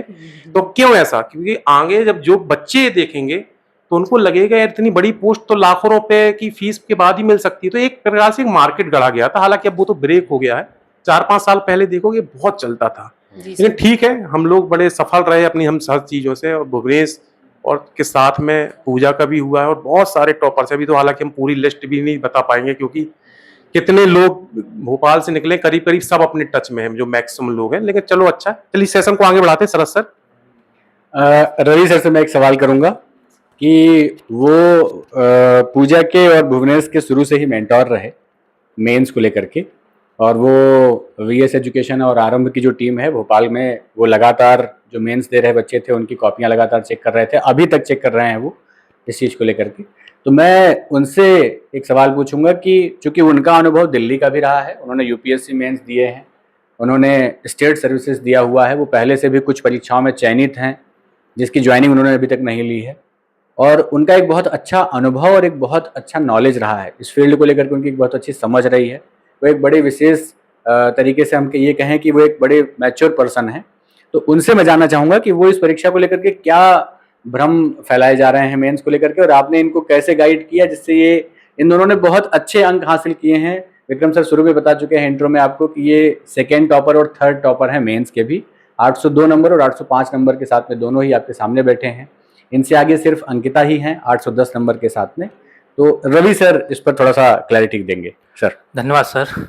सबसे पहले तो मैं इन दोनों को बहुत बहुत बधाइयाँ देना चाहता हूँ, क्योंकि 2021 का जैसे ही रिजल्ट आया, मैं कहीं मार्केट में शॉपिंग कर रहा था और भुवनेश का रात में अचानक कॉल आया। तो मैं चौंक गया कि काफ़ी टाइम बाद भुवनेश से बात नहीं हुई और आज इतने दिनों बाद एकदम से कॉल आया। तो मैंने फ़ोन उठाया तो भुवनेश के सीधे शब्द थे, सर मेरा और पूजा का हो गया। तो मैंने कहा बहुत बहुत शुभकामनाएं। हमने कहा ये बताओ पहले तो पोस्ट कौन सी मिली है? तो भुवनेश बताया कि पूजा की 3rd रैंक आई है, डीसी बन गई है, और मेरी 3rd रैंक आई है, डीएसपी बन गया हूँ। तो मेरे शब्द नहीं थे मतलब खुशी के कि इतना अच्छा रिजल्ट ये लोग लेके आएंगे, कि मुझे इन पे भरोसा था कि ये बहुत अच्छा करेंगे। क्योंकि जब इंटरव्यू सेशन चल रहा था और इनका 21 के इंटरव्यू चल रहे थे तो इनसे बात नहीं हो पाई थी। तो उस टाइम पे फिर भुवनेश ने बोला कि सर अभी आप बिजी हैं, हम आपको आप सीधा रिजल्ट में ही बताएंगे। और इन्होंने पहले भी 2020 के और फॉरेस्ट के इंटरव्यू दे चुके हैं, इनका एक्सपीरियंस रहा है। क्योंकि 2020 में सर की टेस्ट सीरीज़ के माध्यम से इनसे मुलाकात हुई। ये लोग बहुत ही सामान्य पृष्ठभूमि से हैं और एवरेज स्टूडेंट थे। मेंस में जब ये लोग आए टेस्ट सीरीज़ में तो मुझसे मिले, बताया सर आप मेरी कॉपियाँ चेक कर रहे हैं और आपको हमारे अंदर क्या गलतियाँ दिखती हैं मेंस में? तो मैंने कहा आप लोग बहुत अच्छा लिख रहे हैं, मुझे तो ऐसी कोई बेसिक गलती समझ में नहीं आती है। क्योंकि मुझे इनका सिर्फ कॉन्फिडेंस बढ़ाना था और कुछ नहीं, जो कि एक आत्मविश्वास की कहीं ना कहीं स्टूडेंट के अंदर कमी होती है कि वो इतना अच्छा करता है लेकिन वो खुद नहीं समझ पाता कि पीएससी की क्या डिमांड है, हम लिख रहे हैं उसमें हमारा होगा भी कि नहीं होगा, हम कितना अच्छा लिख रहे हैं। तो हमने इनको बताया नहीं वो चीज़ कि आपके अंदर क्या क्या गलतियां हैं। हमने कहा आप टेस्ट दीजिए, आप बहुत अच्छा लिख रहे हैं। और जब इनके जैसे जैसे टेस्ट होते गए तो फिर हमने इनकी बेसिक छोटी छोटी गलतियां जो थी वो हम कमेंट में कॉपी में लिख दिया करते थे। जैसे पूजा हो गई, भुवनेश हो गई, आप इनकी कॉपी देखेंगे तो लगभग आप समझ नहीं पाएंगे कि पूजा ने लिखा है कि भुवनेश ने लिखा है। इनके मार्क्स देख के आप समझ रहे होंगे, मेंस में एक के 805 है, एक के 802 है। तो लगभग एक जैसी कॉपी, एक जैसी राइटिंग। अगर इनकी कॉपी पे नाम ना लिखा हो तो हम खुद चेक करते समय नहीं पकड़ पाते थे कि किसकी कॉपी है, भुवनेश की है कि पूजा की है। बट जो बेसिक जो गलतियां होती थी कि जैसे हमने इनको बताते कि पीएससी में जैसे जो 2020 में ही सिलेबस चेंज हुआ था और 3 मार्कर, 5 मार्कर और 11 मार्कर का जो कॉन्सेप्ट आया था उसके अकॉर्डिंग इनको ढालना था। चूँकि उस टाइम पे कि उससे पहले तो एक अलग पैटर्न था पीएससी का, कोई शब्द लिमिट नहीं थी। और 2020 में जैसे ही सिलेबस चेंज हुआ तो इनको मैंने बताया कि अब दूसरे क्या कह रहे हैं, कैसा लिख रहे हैं, उस पर मत जाइए। आप जो लिख रहे हैं, आपको जो है नॉलेज है आपको अपनी जीएस का, आप उस पर कॉन्फिडेंस रहिए। तो 3 मार्कर में हमने इनको ये गाइड किया था कि आप जो पूछा है आप वो लिख दो, भले एक लाइन का आंसर हो, एक शब्द का आंसर हो, जो पूछा है आप वो क्लियर लिख दो, ज़्यादा एक्स्ट्रा नहीं लिखना है। 5 मार्कर में मैंने इनको सजेस्ट किया था कि जो जैसे 5 या 6 लाइंस उसमें दी जाती थी, स्पेस दिया जाता था, तो हम इनके बोलते थे 50 शब्द एक मैक्सिमम लिमिट है, ज़रूरी नहीं है कि हमें पूरी 6 लाइनें भरनी है। आप आंसर 4 लाइन में भी लिख सकते हैं, 5 लाइन में भी लिख सकते हैं, जितना भी आपको आता है। फैक्ट जो पूछा गया है वो लिख दो। अगर आपको लगता है कि किसी क्वेश्चन में आपको कोई निष्कर्ष लिखना है या कोई भूमिका लिखनी है तो आप लिख सकते हैं। बाकी हर क्वेश्चन में ऐसा कंपलसरी नहीं है कि आपको भूमिका 2 लाइन में लिखनी ही है, निष्कर्ष लिखना ही है। अगर आप आंसर पॉइंट में लिख रहे हैं कि आप उत्तर जैसे 1 2 3 4 5 पॉइंट सब लिख लेते थे, या आप डिस्क्रिप्टिव में आंसर लिख रहे हैं, तो ऐसा कोई कंपलसरी नहीं था। तो जो ये अच्छा लिखते थे बस जो डिमांड की है वो लिखो, एक्स्ट्रा कुछ नहीं लिखना है। 11 मार्कर्स में हम इनको बोलते थे कि अगर आप डायग्राम बना पा रहे हैं तो बनाइए। ऐसा पीएससी ने क्वेश्चन में पूछा तो नहीं है कि डायग्राम बनाओ, पीएससी तो सीधा सिर्फ क्वेश्चन पूछ रही है 11 मार्क्स में कि इसके बारे में आप क्या जानते हैं, या कोई क्वेश्चन पूछा है तो उसके बारे में आपको कितना उत्तर आता है आप लिख दीजिए। आपको 2 पेज मिले हैं तो आप पूरा नहीं है कि 2 पेज शुरू से लेके आखिर तक भर दो, आप 1.5 पेज में भी आंसर ख़त्म कर सकते हैं अपना। और अगर आपको लगता है कि डायग्राम बनाना है तो बना दीजिए, आपके पास अगर समय की ऐसी मतलब बचत है, समय है आपको डायग्राम बनाने का, आपकी रुचि है डायग्राम बनाने की तो आप बना दीजिए। अगर नहीं बनाना है तो छोड़ दीजिए, आपको जितना आता है उत्तर उतना लिख दीजिए, जो पूछा है वो लिखिए और एक्स्ट्रा कुछ भी नहीं लिखना है। तो इनकी कॉपियों में मैंने डायग्राम ज़्यादा देखे नहीं। एक चीज़ चूँकि एक मिथक चलता है कि डायग्राम बिना डायग्राम के नंबर नहीं मिलते हैं, ऐसा कुछ भी नहीं है। हाँ, अभी रवि सर ने एक बहुत अच्छा डिस्कशन किया है और मेंस आंसर राइटिंग आज एक बहुत बड़ा व्यापार बन के खड़ा हो चुका है। मतलब हम लोग तो हालांकि प्रयासरत अभी उस लेवल पे नहीं पहुंचे जिस लेवल पे हम फ्री कर पाए, क्योंकि इसमें क्या है, कॉपी चेकिंग एक बहुत बारीक काम है जो हर किसी को नहीं दिया जा सकता है। लेकिन हमारा इसको भी बहुत किफ़ायती बनाने का लगता है। हालांकि हमने पेपर तो जारी कर दिए थे कि अगर आप खुद आप चेक कर सकते तो ले लीजिए, निःशुल्क ही थी वो हमारे साइड से। तो अभी जो एक इंडस्ट्री बन रही है और एक बहुत बड़ा इन्होंने एक शगुफा खड़ा किया है, कहना नहीं चाहिए, उसमें कुछ टॉपर्स भी इन्वॉल्व हुए और उन्होंने ये बताया कि हमारी कुछ विशेष स्ट्रेटजी कुछ बड़े प्लेटफॉर्म से वो जुड़े और उन्होंने एक प्रकार से ये बता दिया कि तुम यहीं आओगे तभी तुम्हारी आंसर राइटिंग अच्छी होगी। और ये बहुत चला है, अब तो थोड़ा कम हो रहा है। 2 साल पहले जो मैं देखता था कि मतलब लोग पागलों की तरह एक जगह ही 10-10 हजार लोग, 8-8 हजार लोग ज्वाइन हुए जा रहे हैं और उन्होंने बोला हम ही जो पैटर्न बनाएंगे, हम ही जो मॉडल आंसर बनाएंगे, तुम्हें उन्हीं को फॉलो करना है तभी चलेगा। तो मैं इन्हीं दोनों पॉइंट पे भुवनेश और पूजा दोनों से विचार लेना चाहता हूं कि जो मेंस आंसर राइटिंग का जो एक जो पूरा बाजार, देखो पहले तो क्लासेस का चल रहा था या टेस्ट सीरीज का, अब जो ये आंसर राइटिंग का एक बहुत बड़ा चलता है, तो वो उसको कैसे मैनेज किया। आप दोनों की राय इसलिए मैटर करती है क्योंकि यार आप लोग सेकंड और थर्ड मेन से टॉपर हो, समझना आप, बहुत बड़ी चीज। और आपकी राय उन हजारों लाखों बच्चों के लिए है जो बेचारे इसी भ्रम में अपने महीनों स्वास्थ्य खराब कर लेते हैं, अपना पूरा मतलब दिनचर्या खराब कर लेते हैं, पैसा नहीं है वो उधार लेके वहां डले हैं महीनों से। तो आप दोनों से मैं अलग अलग इस पे राय लेना चाहता हूँ। क्वेश्चन सिंपल सा है कि मेंस आंसर राइटिंग का ऐसा जो व्यापारवाद या बाजारवाद खड़ा किया गया, क्या वो इतना ज्यादा मतलब जरूरी है कि उसके लिए आप सब कुछ अपना छोड़ दो जिंदगी में? पूजा आप इस पे जवाब दीजिए। जी सर, मैं बताना चाहूँगा पहले। सर ने जो क्वेश्चन किया, सर ने ये भी बोला कि हमारी राय मैटर करती है, हमें हजारों लोग देख रहे हैं। तो सबसे पहले मैं क्लियर करूंगा कि आप हमें सुन के कोई राय ना बनाएं, क्योंकि कोई भी बात, कोई भी उदाहरण मानवीय तार्किक चिंतन से ऊपर नहीं है और जनरलाइज चीजें नहीं कर सकते आप। क्योंकि आपको एक टॉपर ऐसा भी मिल जाएगा जो कहेगा कि मैंने भैया 50 शब्दों के प्रश्न में 70 शब्द लिखे हैं, और एक ऐसा भी मिल जाएगा जो कहेगा 50 में मैंने 35 लिखे हैं, और दोनों टॉपर हैं। तो इससे तो आप जनरलाइज मत कीजिएगा, लेकिन मुझे जो लगता है मेरी राय है और आपकी कसौटी पे परख के उसे तो अप्लाई कीजिएगा। और अब मैं तो ये कहूंगा सबकी अलग अलग है, तो आप उस अपनी अपनी योजना से काम कीजिएगा। लेकिन जो मुझे लगता है, सर ने भी सही कहा कि जो एक बाजार खड़ा हो गया है और शगुफा सा बनाया जा रहा है कि भैया आप क्रैश कोर्स चलाए जा रहे हैं कि 2 महीने हम कराएंगे आंसर राइटिंग। तो ये क्रैश कोर्स क्या चीज है सर?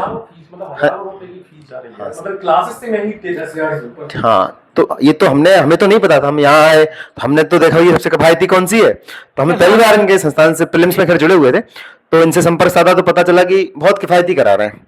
तो हम सर से जुड़े और हमने पूरी हमारी जर्नी यहीं से शुरू की है। तो फिर हमने लेकिन अदर मार्केट में जब देखा तो 10-10 हजार रुपए, 15-15 हजार रुपए तक का वो है, लेकिन सालाना पैकेज बिल्कुल। और एक जबरन का हुआ बनाया गया है कि आप पहले दिन से आंसर राइटिंग करें। सर मेरा मानना ये है कि आंसर राइटिंग इतनी बड़ी चीज भी नहीं है जितना बनाया गया है कि आप पहले दिन से पढ़ें। अब जब तक पढ़ेंगे नहीं तो लिखेंगे क्या सर? क्या लिखेंगे? तो आपको पढ़ना भी तो पड़ेगा ना। और बच्चे क्या कर रहे हैं, सुबह शाम एक कोचिंग में गए, 4, 2 में गए, 3 में गए, लिख रहे हैं। अब लिख क्या रहे हैं? वही मालवा का पठार यहाँ लिख रहे हैं, वही यहाँ लिख रहे हैं, वही यहाँ लिख रहे हैं।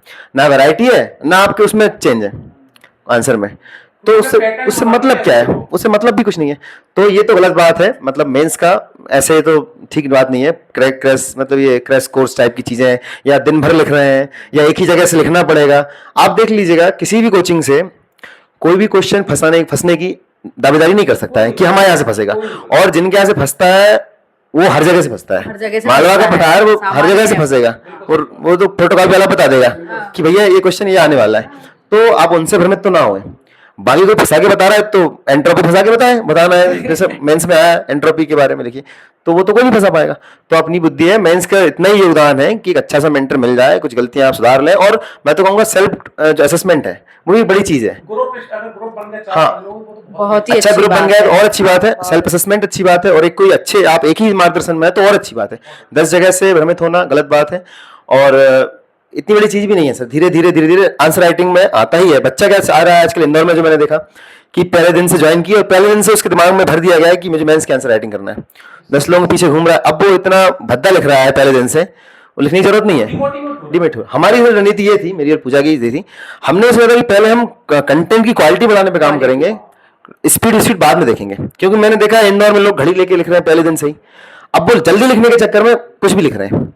हमने सोचा लिखेंगे अच्छा, धीरे धीरे टाइमिंग तो आ ही जाएगी, जब अच्छा लिखने की, अच्छा सोचने की आदत पड़ जाएगी। तो हमारे साथ ऐसा था कि जो टेस्ट सीरीज सर से थी तो हमारा बेसिक बना और सर के मार्गदर्शन में सुधार करते गए। बाकी 21 में हमने जो क्वेश्चन डले हुए थे टेलीग्राम ग्रुप पे अपने वीएस एजुकेशन वाले पे, वहां से उठाया, आपस में चेक किए। हम लोग क्या करते थे, मॉडल आंसर से मिला लिया, कुछ और हमें कमी लग रही है तो हमने उसका जो स्टैंडर्ड बुक्स है उनमें उसका कंटेंट देख लिया, और 4 लोगों ने हो गया, 5 लोगों ने समझ लिया उसे, तो वो पंच पर वैसे हो गया, इतने में काम चल जाएगा।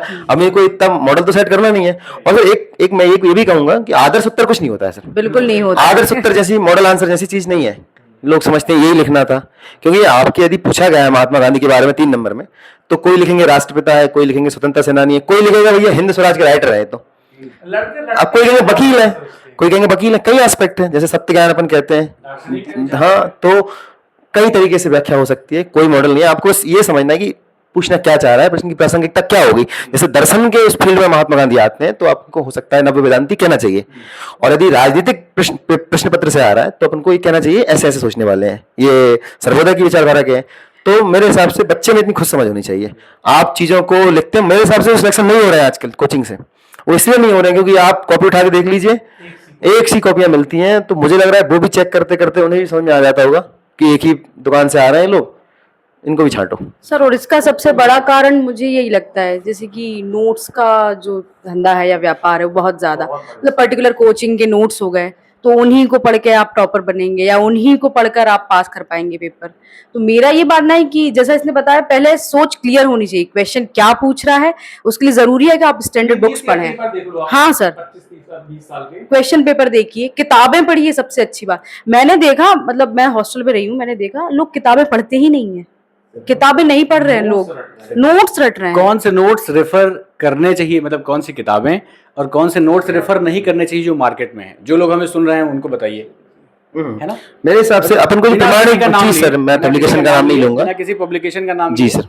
हम तो चाह रहे हैं कि इस प्लेटफॉर्म से बच्चे लाभान्वित हो। बिल्कुल। जो स्टैंडर्ड बुक्स आप लोगों ने रेफर की, आप तो सिर्फ ये बता दीजिए कि आपने क्या रेफर किया, क्या नहीं किया उसको छोड़ते हैं सर। जैसे मैंने देखा इंदौर में क्या करते हैं बच्चे, अब एक ही तरह के नोट्स चलते हैं, आपको भी पता है, वो 2-4 अच्छे पब्लिकेशन है और वो जिनका चलता है सामान, और उसमें फंसते भी हैं, ये नहीं कि उनसे आता नहीं है, आता भी है। लेकिन दिक्कत ये है कि इस टाइप के सरल क्वेश्चन कोई भी फंसा देगा। आप बच्चों को उसके लिए तैयार ही नहीं कर रहे हैं कि कोई क्वेश्चन लीक से बाहर आ गया, ट्रिकी आ गया, उसमें मैंने देखा बच्चे ब्लैंक हो जाते हैं और बोलते क्या बाहर आके, बहुत ही कठिन पेपर आया था, बहुत ही कठिन जब तक पता नहीं है।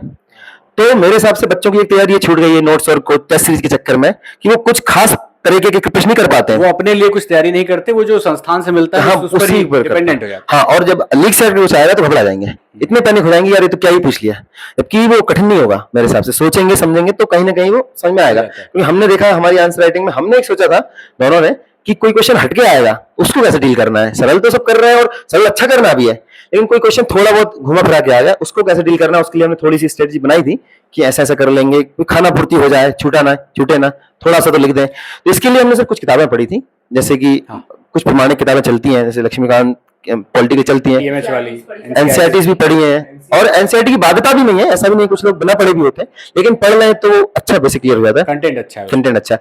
भूगोल के लिए भी अच्छी किताबें पढ़ी, सविंदर सिंह जी सविंदर सिंह के बारे में उनकी किताबें पढ़ी, भौतिक भूगोल के लिए कुछ, मैं जो चक्रवात को लेके कुछ चीजें क्रिस्टल क्लियरिटी के लिए पढ़ी, तो वो हमारे लिए अच्छी रही। बाकी इंटरनेट का बहुत सारा लिया सर हमने।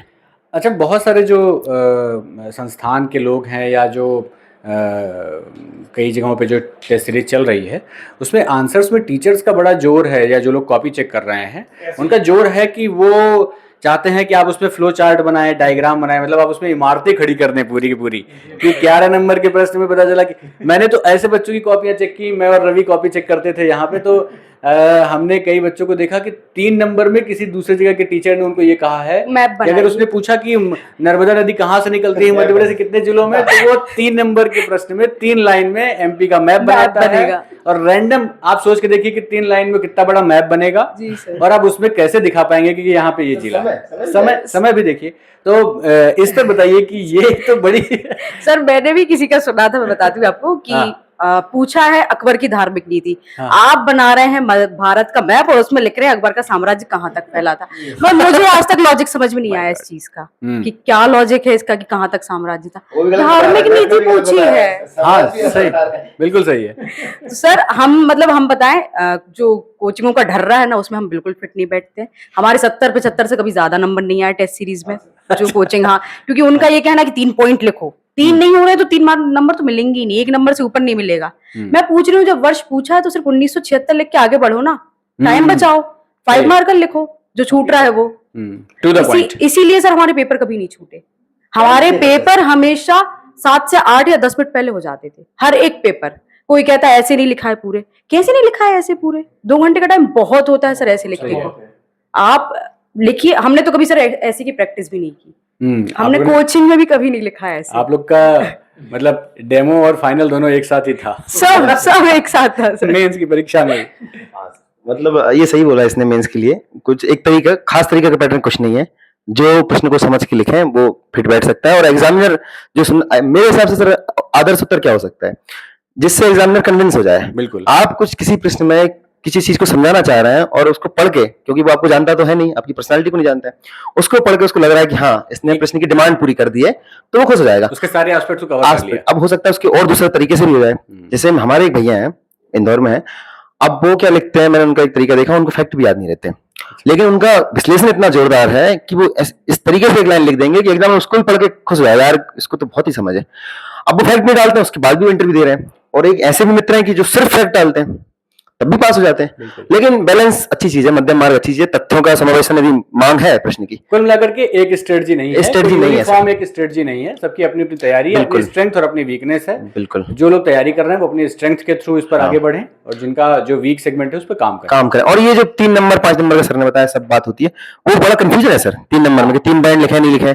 अभी 2 साल से क्या चल रहा है कि पीएससी 10 जगह लिख के दे रहा है कि 10 शब्दों से ज्यादा नहीं देना, 2 लाइनों से ज्यादा नहीं देना। फिर भी बच्चे और कोचिंग में क्या प्रैक्टिस करा रहे हैं कि वो तीसरी जो लाइन है, जबकि वो लाइन नहीं है, खाली स्पेस है, उसमें भी लिखो आप, तो उसमें लिख रहे हैं बच्चे, उसके अलावा नीचे लिखते हैं।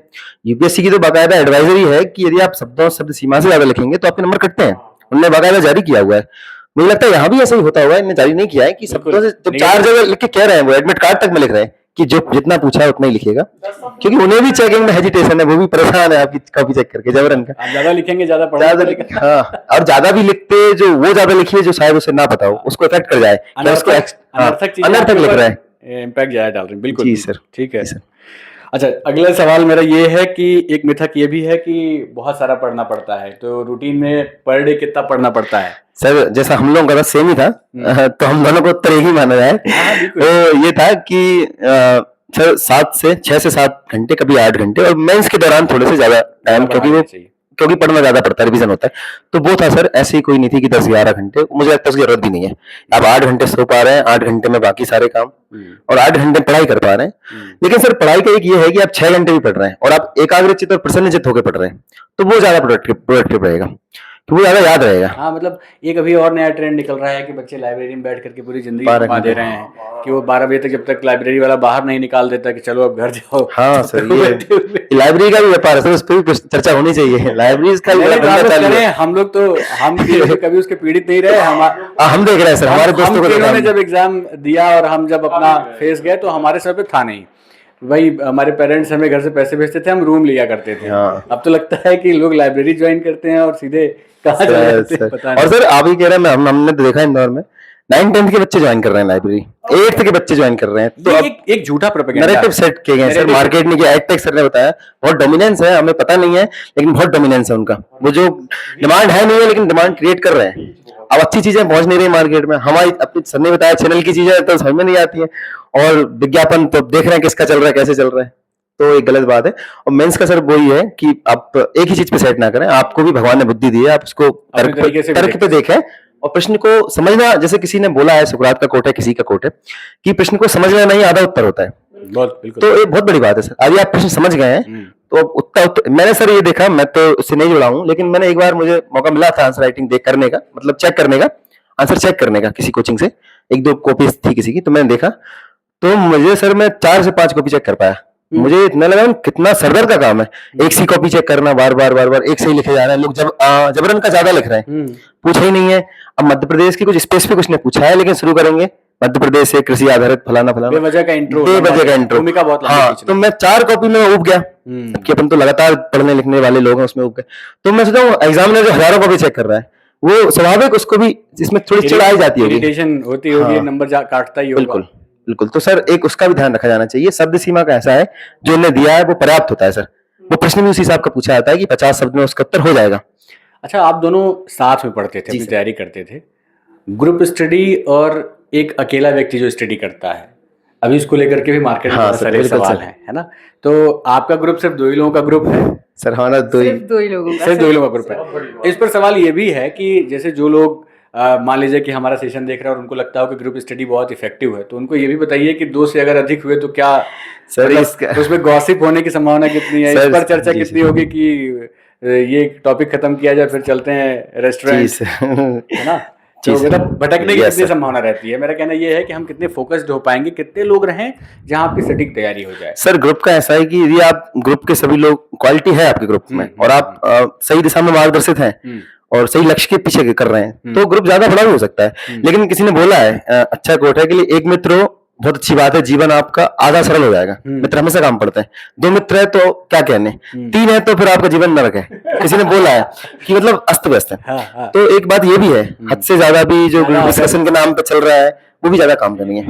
हाँ, 20-20 लोग ग्रुप नहीं होता है वास्तव में, 2-4 लोगों का है, और ये अच्छी क्वालिटी के लोग हैं तो हो सकता है 20 का भी हो। सभी लोग रेयर केस है, लेकिन अब बात हर जगह, सही बात है। एक तो जैसा हम विजन लोग और एक जैसे सोच रखने वाले लोग। हम लोग तो सर 2 ही थे, बिल्कुल हम तो सर। 2 ही हाँ, करते थे। मतलब हमने तो साथ में पढ़ाई की है, एक दूसरे की कॉपीज चेक की हैं, और लगभग सोचना भी एक सा, लिखना भी एक सा, इसलिए मेंस में मार्क्स भी एक से हैं, हमेशा से एक सा रहा है सर। सेंटर भी एक से थे भाई। सेम तो सेंटर। आप लोग मतलब सेंटर एक ही था, तो ऐसे आगे पीछे तो नहीं थे? नहीं सर, नहीं ये नहीं था सर। इंटरव्यू हमारे एक ही तारीख को, दोनों इंटरव्यू 3 मई 30 अप्रैल। अरे वाह, हमेशा। बहुत बढ़िया। इसलिए हाँ जी सर।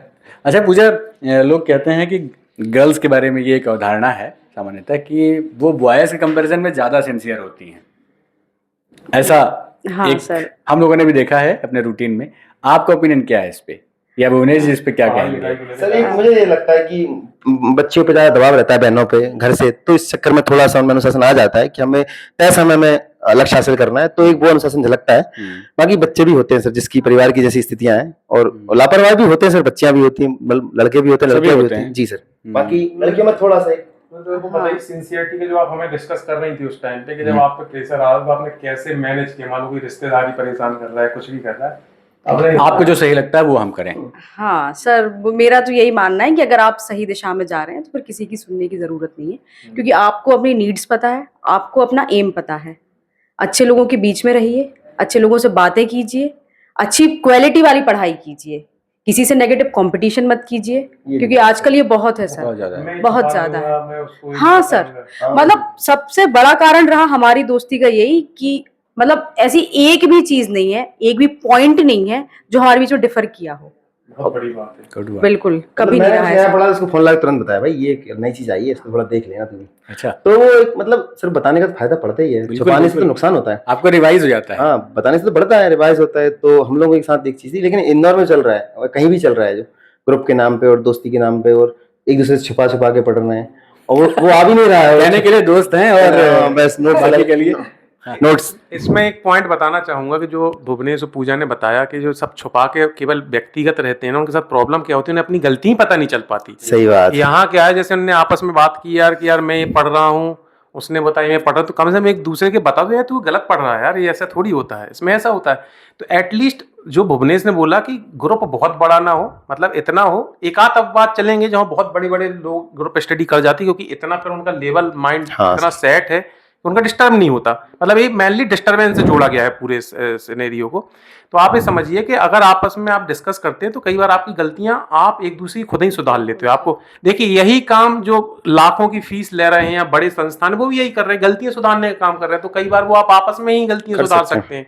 भाई कोचिंग का मतलब कोच होता है, कोच आपका दोस्त भी, मैं पहले ही बोल चुका हूँ, कोच दोस्त भी हो सकता है, माता पिता भी हो सकते हैं, बड़ा भाई बहन भी हो सकता है, कोई भी हो सकता है। और सर मुझे तो लगता है कोचिंग्स में आप हजारों छात्र हैं आपके एक उसमें, तो वो कोचिंग तो नाम की रह गई है कि आप पर्सनली इतना ध्यान रख पाए। कोच है ही नहीं कोई। नहीं है, आप तो जनरलाइज करते थे चीजों को बोर्ड पे लिखा के कि ऐसे ऐसे कर लेना, तो वो कोचिंग भी इतनी अब इफेक्टिवली नहीं रह गई है। क्लासरूम आपके हद से ज्यादा भरे हुए हैं, हाँ। आपने मार्केट बना दिया है। तो वो कोचिंग से अच्छी तो ये है, यदि ओवर क्राउडेड है, लिमिट में है, सब चीज व्यवस्थित है, आप ध्यान दे पा रहे हैं तो अच्छी बात है कोचिंग। मतलब भुवनेश का ये इसमें मैंने है कि भाई अगर आपके पास ऐसी दोस्ती मित्रता या मार्गदर्शक है पास में तो जरूर तो फायदा आपको जरूरत नहीं। हाँ, ये बात सब पे लागू नहीं होती। बार बार हम लोग यहाँ वही, अपने पॉइंट वही, बोल हाँ। रहे हैं कि अगर आप किसी ऐसे गांव से आ रहे हैं या दूरस्थ क्षेत्रों से जहां नहीं है सुविधा ऐसे पूरी मेंटरशिप की, तो आप ले सकते हो। वो व्यक्तिगत है, मैंने बोला ना, हम किसी के लिए टारगेट नहीं कर रहे, किसी को नहीं बोल रहे, ये व्यक्तिगत विषय है। लेकिन हाँ, हमारी सोच है कि अगर कोई मेंटर आपके आसपास बन जाता है तो बहुत फिर उसमें प्रयोग करने की जरूरत नहीं है कि भाई आप बिल्कुल परेशान हुए जा रहे हैं। हाँ, सब्र रखिए, क्योंकि जो बड़ी सफलताएं होती हैं अक्सर सब्र ही मांगती हैं। आप देख लीजिए, चाहे वो किसी भी फील्ड को, मैं पीएससी की बात नहीं कर रहा हूँ, चाहे बिजनेस की भी लाइन देखो, चाहे आप बड़े बड़े जो सेलिब्रिटीज देखते हो, उनके भी एक सब्र के बाद ही उनको सब चीजें मिलती हैं। हालांकि पूजा और भुवनेश के साथ ये बहुत समस्या नहीं रही, क्योंकि उन्होंने जब तैयारी की तो सेकंड अटेम्प्ट में उनको मिला। लेकिन अधिकांश के साथ जो समस्या है वो क्या देख रहे हैं, उनके बैचमेट्स ही हैं सभी लोग। तो पूजा आप इस पे कुछ राय दीजिए और कुछ मतलब अपना बताइए कि स्ट्रेस मैनेजमेंट आप लोग कैसे करते थे, क्योंकि स्ट्रेस एक बहुत आम समस्या है। मतलब समस्या ही बोलूंगा क्योंकि वो आपकी पढ़ाई बिगाड़ दी थी, इसलिए मैं उसको समस्या शब्द बोल रहा बिल्कुल हूँ। सर सही कह रहे हैं आप। जैसे कि लोग बोलते हैं 10 से 12 घंटे पढ़ो, हाँ, 16 घंटे पढ़ो। 16 घंटे पढ़ो। सर 16 घंटे पढ़ के कोई कैसे मतलब एक स्वस्थ नींद ले सकता है? कैसे? हाँ, जब पेपर आंसर लिख रहे हैं मेंस में, 16 पढ़ के जाओ, हाँ बढ़िया सो, खाली छोड़ के आओ। हाँ, होता है ऐसा, होता है सर, थॉट्स। और दिमाग को सर रेस्ट देना बहुत जरूरी है, क्योंकि उसी के बाद जो आपने पढ़ा है वो प्रोसेस होगा। अगर आप 5 घंटे पढ़ के, और मेरा मानना है कि 8 से 9 घंटे सो रहे हैं, मतलब मैं तो इतना ही सोई हूँ और ये भी इतना ही सोया है, मुझे पता है। तो इतना सो रहे हैं आप, तो आप 7 घंटे तो लो एटलीस्ट जरूरी है सर। और इसमें देखो अपवाद होते हैं, मैं बार बार बोल रहा हूँ। हाँ सर, कुछ अपवादों को अपन को फॉलो नहीं करना नहीं है। करना है। बिल्कुल। सब इंसान है, बिल्कुल। नहीं सर है। मैं भी एक थोड़ा जोड़ना चाहूंगा। जैसे कि हम लोगों का क्या था कि हम फोन पे कांटेक्ट रहता था, घर पे रहते थे, तो हम 10-11 बजे तक पढ़े, उसके बाद सो जाते थे कि अब सुबह उठ के पढ़ेंगे, क्योंकि हम सुबह उठने की आदत है। 5-6 बजे हम उठ जाते थे, 4-5 बजे भी। तो कई लोग मिलेंगे ओवरनाइट स्टडी करते हैं, तो वो भी सक्सेस हैं। तो वो कहने की बात है, कोई रात में ज्यादा कंफर्टेबल है, रिजल्ट्स भी हैं। उनके रिजल्ट्स भी हैं, तो आप रात में पढ़ सकते हैं। जैसे अभी चलन चल रहा है कि रात रात भर लाइब्रेरी खुली रहती है, तो वो भी निकल रहे हैं सर। और ब्रह्म मुहूर्त का तो चला ही आ रहा है, ये ब्रह्म मुहूर्त भी सक्सेस होता है, तो वो भी होता है और नहीं भी होता है। तो हमारा तो ऐसा था कि 7-8 घंटे की नींद हो जाए, कोई थंब रूल नहीं है, हम रूल नहीं है। comfortable बिल्कुल सर, बिल्कुल जिसमें कंफर्टेबल हो। अच्छा भुवनेश जी, आपका गांव जी सर। बहुत फेमस है और हमने सुना है कि वहां से पुलिस डिपार्टमेंट में बहुत सारे लोग जी select सर, हुए जी हैं। सर, अतीत में भी और वर्तमान हाँ। में आप उस परंपरा को कायम रख रहे हैं। जी सर। तो बताइए कुछ। भुवनेश जी का जो गांव है उसका नाम है गूगलवाड़ा, और आप इसको गूगल कर सकते हैं। गूगल से पुराना है, हजारों साल पुराना है ना। गूगल के अस्तित्व में आने से पहले वो गूगलवाड़ा था, और मुझे तो लगता है कि शायद गूगल ने इस गांव के नाम पर हो अपना सकता नाम है, गूगल रखा हो सकता है सर, सही चांसेस तो है ही सर। मतलब ज्यादा संभावना इस बात की है, अगर WTO में इंटेलेक्चुअल प्रॉपर्टी राइट में अगर क्लेम होगा तो हम ही लोग करेंगे भारत की तरफ से। सर मेरा जो गांव है गूगलवाड़ा, हम जो बाड़ी तहसील है उसमें आता है। जी। अच्छा बड़ा गांव है हमारे क्षेत्र में, काफी जनसंख्या है, 2000 प्लस वोटर्स है। हमारे गांव में सर एक परंपरा ये है कि शासकीय कर्मचारी हैं काफी, उसमें से पुलिस डिपार्टमेंट में ज्यादा है। जैसे कांस्टेबल भी 7-8 कांस्टेबल है अभी वर्तमान में, और छोटे से गांव से 3 TI है सर। और अब एक ACP है वर्तमान में, सलन सिंह चौहान जी गूगलवाड़ा से हैं। पूर्व रिटायर हमारे राजेंद्र चौधरी जी, वो भी RTO कमिश्नर रहे हैं, और अब वर्तमान में मैं DSP हो जाऊं। तो एक वो भी है, गांव से भी है। कुछ गांव में सर परंपराएं बन जाती हैं इस तरीके से, और हम चाहते हैं हमारे माध्यम से एक परंपरा ये भी बने कि भैया कहीं से भी पढ़ सकते हैं, साधारण रह के भी पढ़ सकते हैं। तो हमारे गांव में एक जो नैरेटिव है कि भैया बच्चे पुलिस में जाएंगे, वो सर करता है सर। ये तो मैंने देखा है मनोवैज्ञानिक बचपन में से। अभी हम कल गए थे, गांव में सम्मान हुआ, तो कई पेरेंट्स हमारे पास आए बच्चों को लिए, भैया इनको भी बनना है, इनको पढ़ाएंगे, हम पढ़ाएंगे। तो मैंने देखा कि यार फर्क पड़ा इससे। जैसे अपन ये कर रहे हैं सेशन, गर्मी में कर रहे हैं या फिर इतना समय निकाल कर रहे हैं, उसका अपना जो सोचना यही है ना कि 2 बच्चे भी से सोच के सुधरेंगे तो संभव में तो लक्ष्य पूरा हो जाएगा। तो सर ये हमारे गांव में थोड़ा सा ये बेनिफिट था, हमारे गांव से अधिकारी निकले। बस 2 सवाल आपसे और हैं हमारे। जी अगला सवाल ये है कि इस फील्ड में बहुत सारे लोग, जब आपका सिलेक्शन हुआ, आपका जब रिजल्ट आया, उसके जस्ट अगले दिन मेंस का भी रिजल्ट आया, यस 22 सर। का। बहुत सारे लोग सेलेक्ट हुए, बहुत सारे लोग नहीं बाहर हुए, हुए। नहीं हुए। तो बाहर होने वाले भी बहुत सारे लोग ऐसे थे जो बहुत लंबे सालों से प्रिपरेशन कर रहे थे। Yes sir. और उसमें एक दिक्कत ये समझ में आ रही है कि जो बच्चे बहुत मतलब ज़्यादा एज के हो गए हैं, बहुत लंबे समय से प्रिपरेशन कर रहे हैं, उनके पास में अभी तक कोई जॉब नहीं है। Yes sir. आप पहले से ही एक दिवसीय परीक्षा में जो है वो सिलेक्टेड थे, आप पटवारी थे और आप बैतूल में पोस्टेड थे। Yes sir. तो मेरा सवाल ये है कि क्या अब जो लोग हैं जो अभी आगे इस जर्नी को कंटिन्यू करेंगे, क्या उन्हें पहले अपने हाथ में कोई जॉब ग्रिप कर लेनी चाहिए प्लान बी के तहत? क्योंकि सर। प्लान ए तो अभी एग्जीक्यूशन में है और उसमें टाइम लग रहा है। Yes sir. तो बिल्कुल। मुझे लगता है कि परिवार को और एक व्यक्ति अपने व्यक्तिगत स्तर पर थोड़ा सा ज़्यादा संतुष्ट रहेगा, है ना, क्योंकि वो एक बहुत लंबे समय तक परिवार के ऊपर बोझ बना हुआ है यस सर। है ना। सर मेरा इसमें ये मानना रहेगा, अब बात सर ने बोला कि चीजें हट कर सकती है मेरे सोचने से, आपके सोचने से। तो सर मुझे लगता है कि जैसा यदि परिवार का सपोर्ट है आपके पास, परिवार वाले आपको सस्टेन करा सकते हैं, भाई इतने साल आप पढ़िए, आराम से पढ़िए, तो आप प्लान ए करते रहिए। आपके पास बैकअप ऐसा है कि भैया कोई दबाव नहीं है। लेकिन दबाव यदि है आपके पास, क्योंकि समाज का, परिवार का जॉब को लेकर बड़ा दबाव रहता है, वो दबाव है, तो वो दबाव इतना बड़ा बाधक है आपकी तैयारी में, तो उसको, जैसे मेरा था सर, मैं 2020 के बाद पटवारी मेरा सिलेक्शन हो गया, तो मैं इस दुविधा में था, पशुपेश में था कि भाई मैं ज्वाइन करूं ना करूं, क्योंकि मैं तो कर रहा हूं तैयारी। फिर ही मैंने कर लिया, मैंने कहा कर लेते हैं, अभी तो इतनी डिस्टर्बेंस नहीं होगा ट्रेनिंग के दौरान। तो मैंने ये पाया कि मैं थोड़ा सा फ्री महसूस कर रहा था, रिलैक्स महसूस कर रहा था कि कुछ नहीं भाई, तो है ही पटवारी, तो है ही। तो ऐसी जॉब है, यदि आप कर सकते हैं उसके साथ, और आपके पास इस टाइप की सुविधा है कि घर वालों का सपोर्ट है, या घर वालों की कंडीशन खराब है, तो मैं तो ये भी कहूंगा घर वालों की कंडीशन यदि खराब है, कर्ज लेके पढ़ा रहे हैं, तो फिर आपको जबरन का उन पर नहीं भार बनना चाहिए, क्योंकि वो आप पे इतना दबाव कायम करेगा। सबसे पहले आप आत्मनिर्भर बने, उसके बाद में तो तैयारी कर सकते हैं। यदि इस बीच में ऐसी जॉब आ रही है जिसमें आपकी जो लक्ष्य है वो ज्यादा डिस्टर्ब नहीं होगा, थोड़ा तो आपको एडजस्ट करना पड़ेगा, ज्यादा नहीं होता है तो आप कर सकते हैं, क्योंकि वो अच्छी बात है पद पे। और इसमें अलग मत भी हो सकते हैं सर, कई लोग एक मत होते हैं कि भैया मैं तो लूंगा ही लूंगा, एक पोस्ट आए तब भी लूंगा, तो फिर वही हो सकता है सर, अलग अलग मोटिवेशन है। मेरी तरफ से लास्ट प्रश्न है जी सर बिल्कुल। कि रिजल्ट के आने के बाद और रिजल्ट के आने के पहले हाँ का जो घंटा था, हाँ जो समय था, उसने आपके जीवन को कितना बदला? जी सर, ये तो ओवरनाइट चेंजेस है, बिल्कुल रात रात सब बदल गया।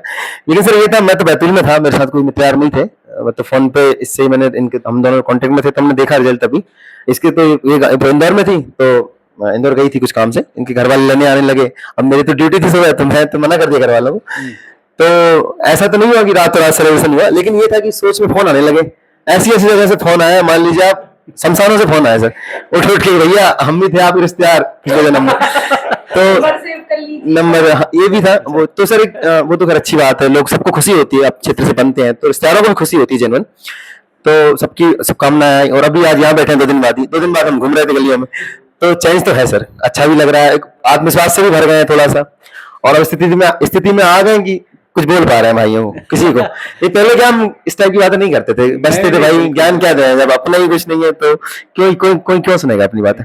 अच्छा, पूजा अपना अनुभव बताएं। और उसके साथ साथ एक प्रश्न और भी है कि मध्य प्रदेश के जो ऐसे क्षेत्र हैं जहां पर बच्चियों को बहुत मौके नहीं मिल पा रहे हैं, आप आज शीर्ष स्तर पे हैं, आप चयनित हुई हैं और एक अच्छे परिवार से हैं, है ना, कहीं ना कहीं हम लोग का संबंध ग्रामीण क्षेत्रों से ही रहा है। तो ऐसे क्षेत्रों में जो पेरेंट्स आपको देख रहे हैं, जो बुजुर्ग हमारे देख रहे हैं, उनको अपनी बच्चियों को कितना मौका देना चाहिए, आपकी तरफ से हम चाहते हैं कि ये अपील आप करें। सर जितने भी लोग इस वीडियो को देख रहे हैं, सर ने सही कहा कि ग्रामीण क्षेत्र में जो बच्चियां हैं उन्हें उतना मौका नहीं मिलता है, क्योंकि 12th तक एजुकेशन होती है, कोई अच्छे कॉलेजेस नहीं होते हैं आसपास। तो मेरा ये मानना है कि अपनी बच्चियों पर भरोसा कीजिए, और वो जो करना चाहती हैं, जो भी पढ़ना चाहती हैं, MPPSC नहीं, जिस भी चीज़ की वो तैयारी करना चाहती हैं, उन्हें मौका दीजिए, क्योंकि लड़कियां जैसे कि आपने बोला सिंसियर होती हैं, क्योंकि वो हमारे यहाँ ऐसा बोलते हैं कि 3 कुल की लेके चलती हैं, माता की, अपने मम्मी पापा की, अपने ससुराल की और अपने नाना पक्ष की। तो मेरा ये मानना है कि बच्चियां होती हैं और बहुत काबिल होती हैं, तो उन्हें मौका मिलना चाहिए, क्यों पीछे रहें वो, क्यों मौका ना मिले, बराबरी का मौका मिले। लड़कियां कॉम्पीट करती हैं, और रिजल्ट आपके सामने, आपकी टॉपर जो है वो भी एक लड़की है। बिल्कुल बिल्कुल। इस बार का रिजल्ट महिला सशक्तिकरण के लिए, हमारी बच्चियों के लिए, गर्ल्स के लिए बहुत बहुत इनकरेज करने वाला है। और आप सभी को मेरी तरफ से धन्यवाद। Thank you. मैं इस सेशन को हैंड ओवर करूंगा विक्रम सर को। और मुझे निदा फाजली साहब का एक शेर याद आता है। एक शेर है उनका कि सफ़र में धूप तो होगी, जो चल सको तो चलो, सभी भीड़ में है शामिल, यहाँ से निकल सको तो चलो, किसी के वास्ते राहें कहाँ बदलती हैं, किसी के वास्ते राहें कहाँ बदलती हैं, तुम अपने आप को खुद ही बदल सको तो चलो। तो ये जो दोनों टॉपर हैं हमारे साथ में जो हैं, उन्होंने अपनी लाइफ को किस तरीके से चेंज किया है, रूल्स कैसे बनाए, नए तरीके के जो प्रतिमान स्थापित किए, उनसे उनको एक सफलता हासिल हुई है। और जो लोग हमें देख रहे हैं, जो बच्चे इसकी प्रिपरेशन के फील्ड में आना चाहते हैं, वो इनसे जुड़ें, इनकी कहानी से प्रेरणा लें। और जो भी आपका पॉइंट है वो आप हमसे क्वेश्चन करके शेयर कर सकते हैं, कमेंट बॉक्स में आप हमसे पूछ सकते हैं। मैं अगली बातचीत के लिए, स्विमर्स को बढ़ावा देने के लिए मैं विक्रम सर को हैंड ओवर करता हूं इसको। Thank you sir. वैसे काफ़ी लंबा डिस्कशन हो चुका है और लगभग जो प्रश्न हो सकते थे, हमारी कोशिश थी कि इसके पहले हमने जो सेशन लिए थे वो जो बहुत ज़्यादा पढ़ाई से ओरिएंटेड थे। हालांकि देखिए, मैंने पहले भी बोला कि पढ़ाई एक आपका व्यक्तिगत विषय है। जैसे दोनों ने एक चीज़ बोली कि उन्होंने बहुत ज़्यादा टॉपर्स को सुना तो ज़रूर है, लेकिन फॉलो उन्होंने अपनी जो रणनीति बनाई पढ़ाई लिखाई, ये बहुत अपने स्तर पे थी। इसलिए जो उनके नंबर भी है ना, वो सबसे अलग। क्योंकि आप समझिए, अगर एक ही टाइप की कॉपियाँ लिखी जा रही हैं तो आप ये मान के चलिए कि वो नंबर एवरेज ही जाएंगे, क्योंकि जो चेक करने वाला उसको लाइन से एक सी कॉपी मिलती चली जा रही है।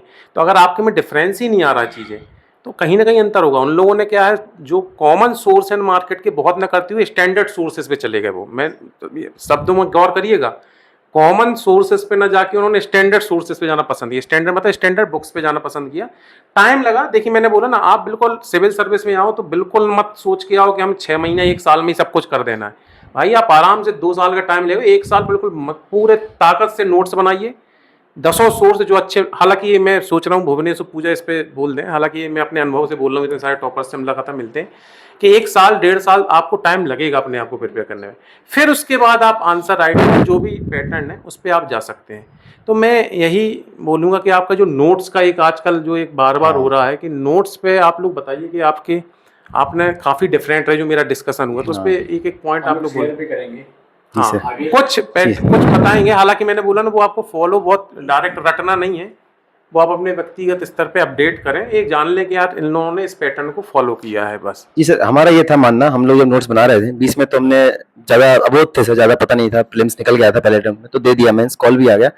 21 में हमने चाहा कि हम प्रॉपर तैयारी करेंगे, हमने सोचा आपस में, तो हमने इसके लिए रणनीति क्या बनाई कि हम नोट्स बनाएंगे।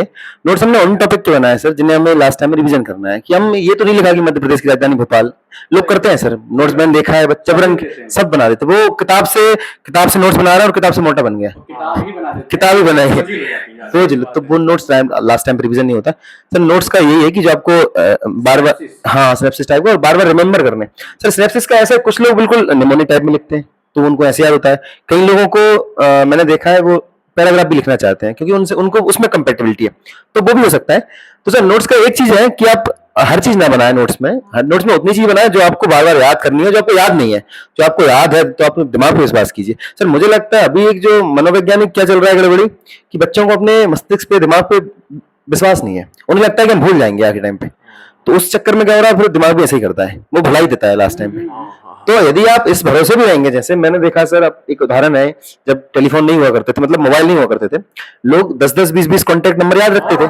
आज स्थिति है कि 2 सिम में एक का ही नंबर याद है, दूसरे का कॉल करके बताना पड़ता है। अपनी स्थिति है अपने घर वालों को। इसका क्या निहितार्थ है? निहितार्थ ये है कि आपकी मेमोरी भी कम हो गई है, क्योंकि आपने उस तरीके को ढाल दिया है, बढ़ गई है। यदि आप विश्वास करेंगे तो आप चीजें याद रख सकते हैं। तो जो याद रख सकते हैं उनको नोट्स में शामिल ना कीजिए, नोट्स टू द पॉइंट हो, और जो पूछा जा सकता है वो अननेसेसरी के नोट्स ना हो, अननेसेसरी चीजें। हम लोगों का क्या था सर, हम लोग लीक से हटके भी पढ़ाई करिए, लीक से हटके इन द सेंस की जो सिलेबस के टॉपिक नहीं है, पाठ्यक्रम में नहीं, कुछ चीजें पढ़ ली, जनरल जानकारी के लिए, इंटरव्यू के लिए, जिज्ञासा के लिए, योजना भी पढ़ ली, कभी कुरुक्षेत्र भी पढ़ ली। अब वो कुरुक्षेत्र में टॉपिक लिखा है ग्रामीण स्टार्टअप्स, अभी आई, तो अब लोग कहेंगे तो कहीं से कहीं नहीं है, ग्रामीण विकास नहीं है, ग्रामीण उद्योग कहीं से नहीं, लेकिन पढ़ लिया, कुछ 2-4 नई चीजें मिल गई, कुछ योजना का नाम मिल गया, है ना, तो वो मेंस में आ गई बाई चांस, तो वो फायदा होगा। और ना भी होता तो आपके उत्तर में कहीं ना कहीं फिट कर सकते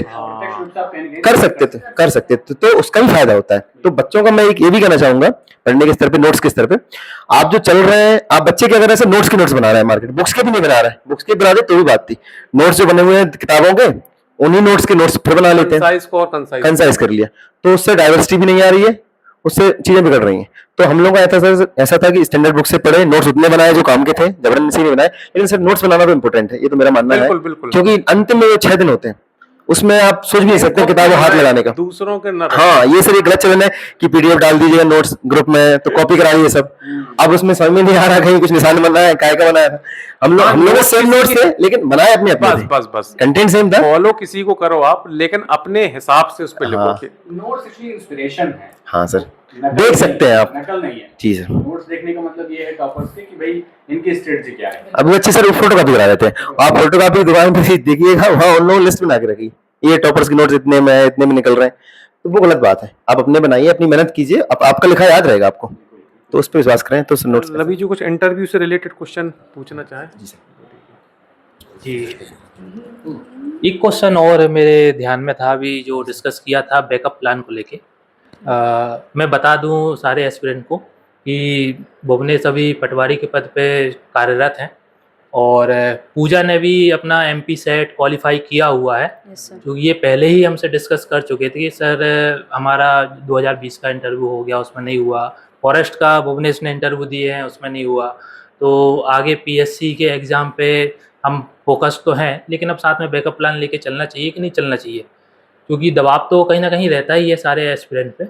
और भुवनेश को भी उस टाइम पे मैंने सलाह दी थी कि आप अपने तैयारी के लेवल पे बिल्कुल आत्मविश्वास के साथ कॉन्फिडेंट रहिए, उसमें आप कहीं कमी मत छोड़िए। लेकिन हाँ, अगर आप कोई एग्ज़ाम के लिए आप तैयार हैं देने के लिए, तो आप बिल्कुल दीजिए, मौका मत छोड़िए। तो उस टाइम पे व्यापम के कई सारे एग्ज़ाम हुए, तो भुवनेश ने पटवारी का एग्ज़ाम दिया था उस टाइम पे और सिलेक्शन भी हुआ।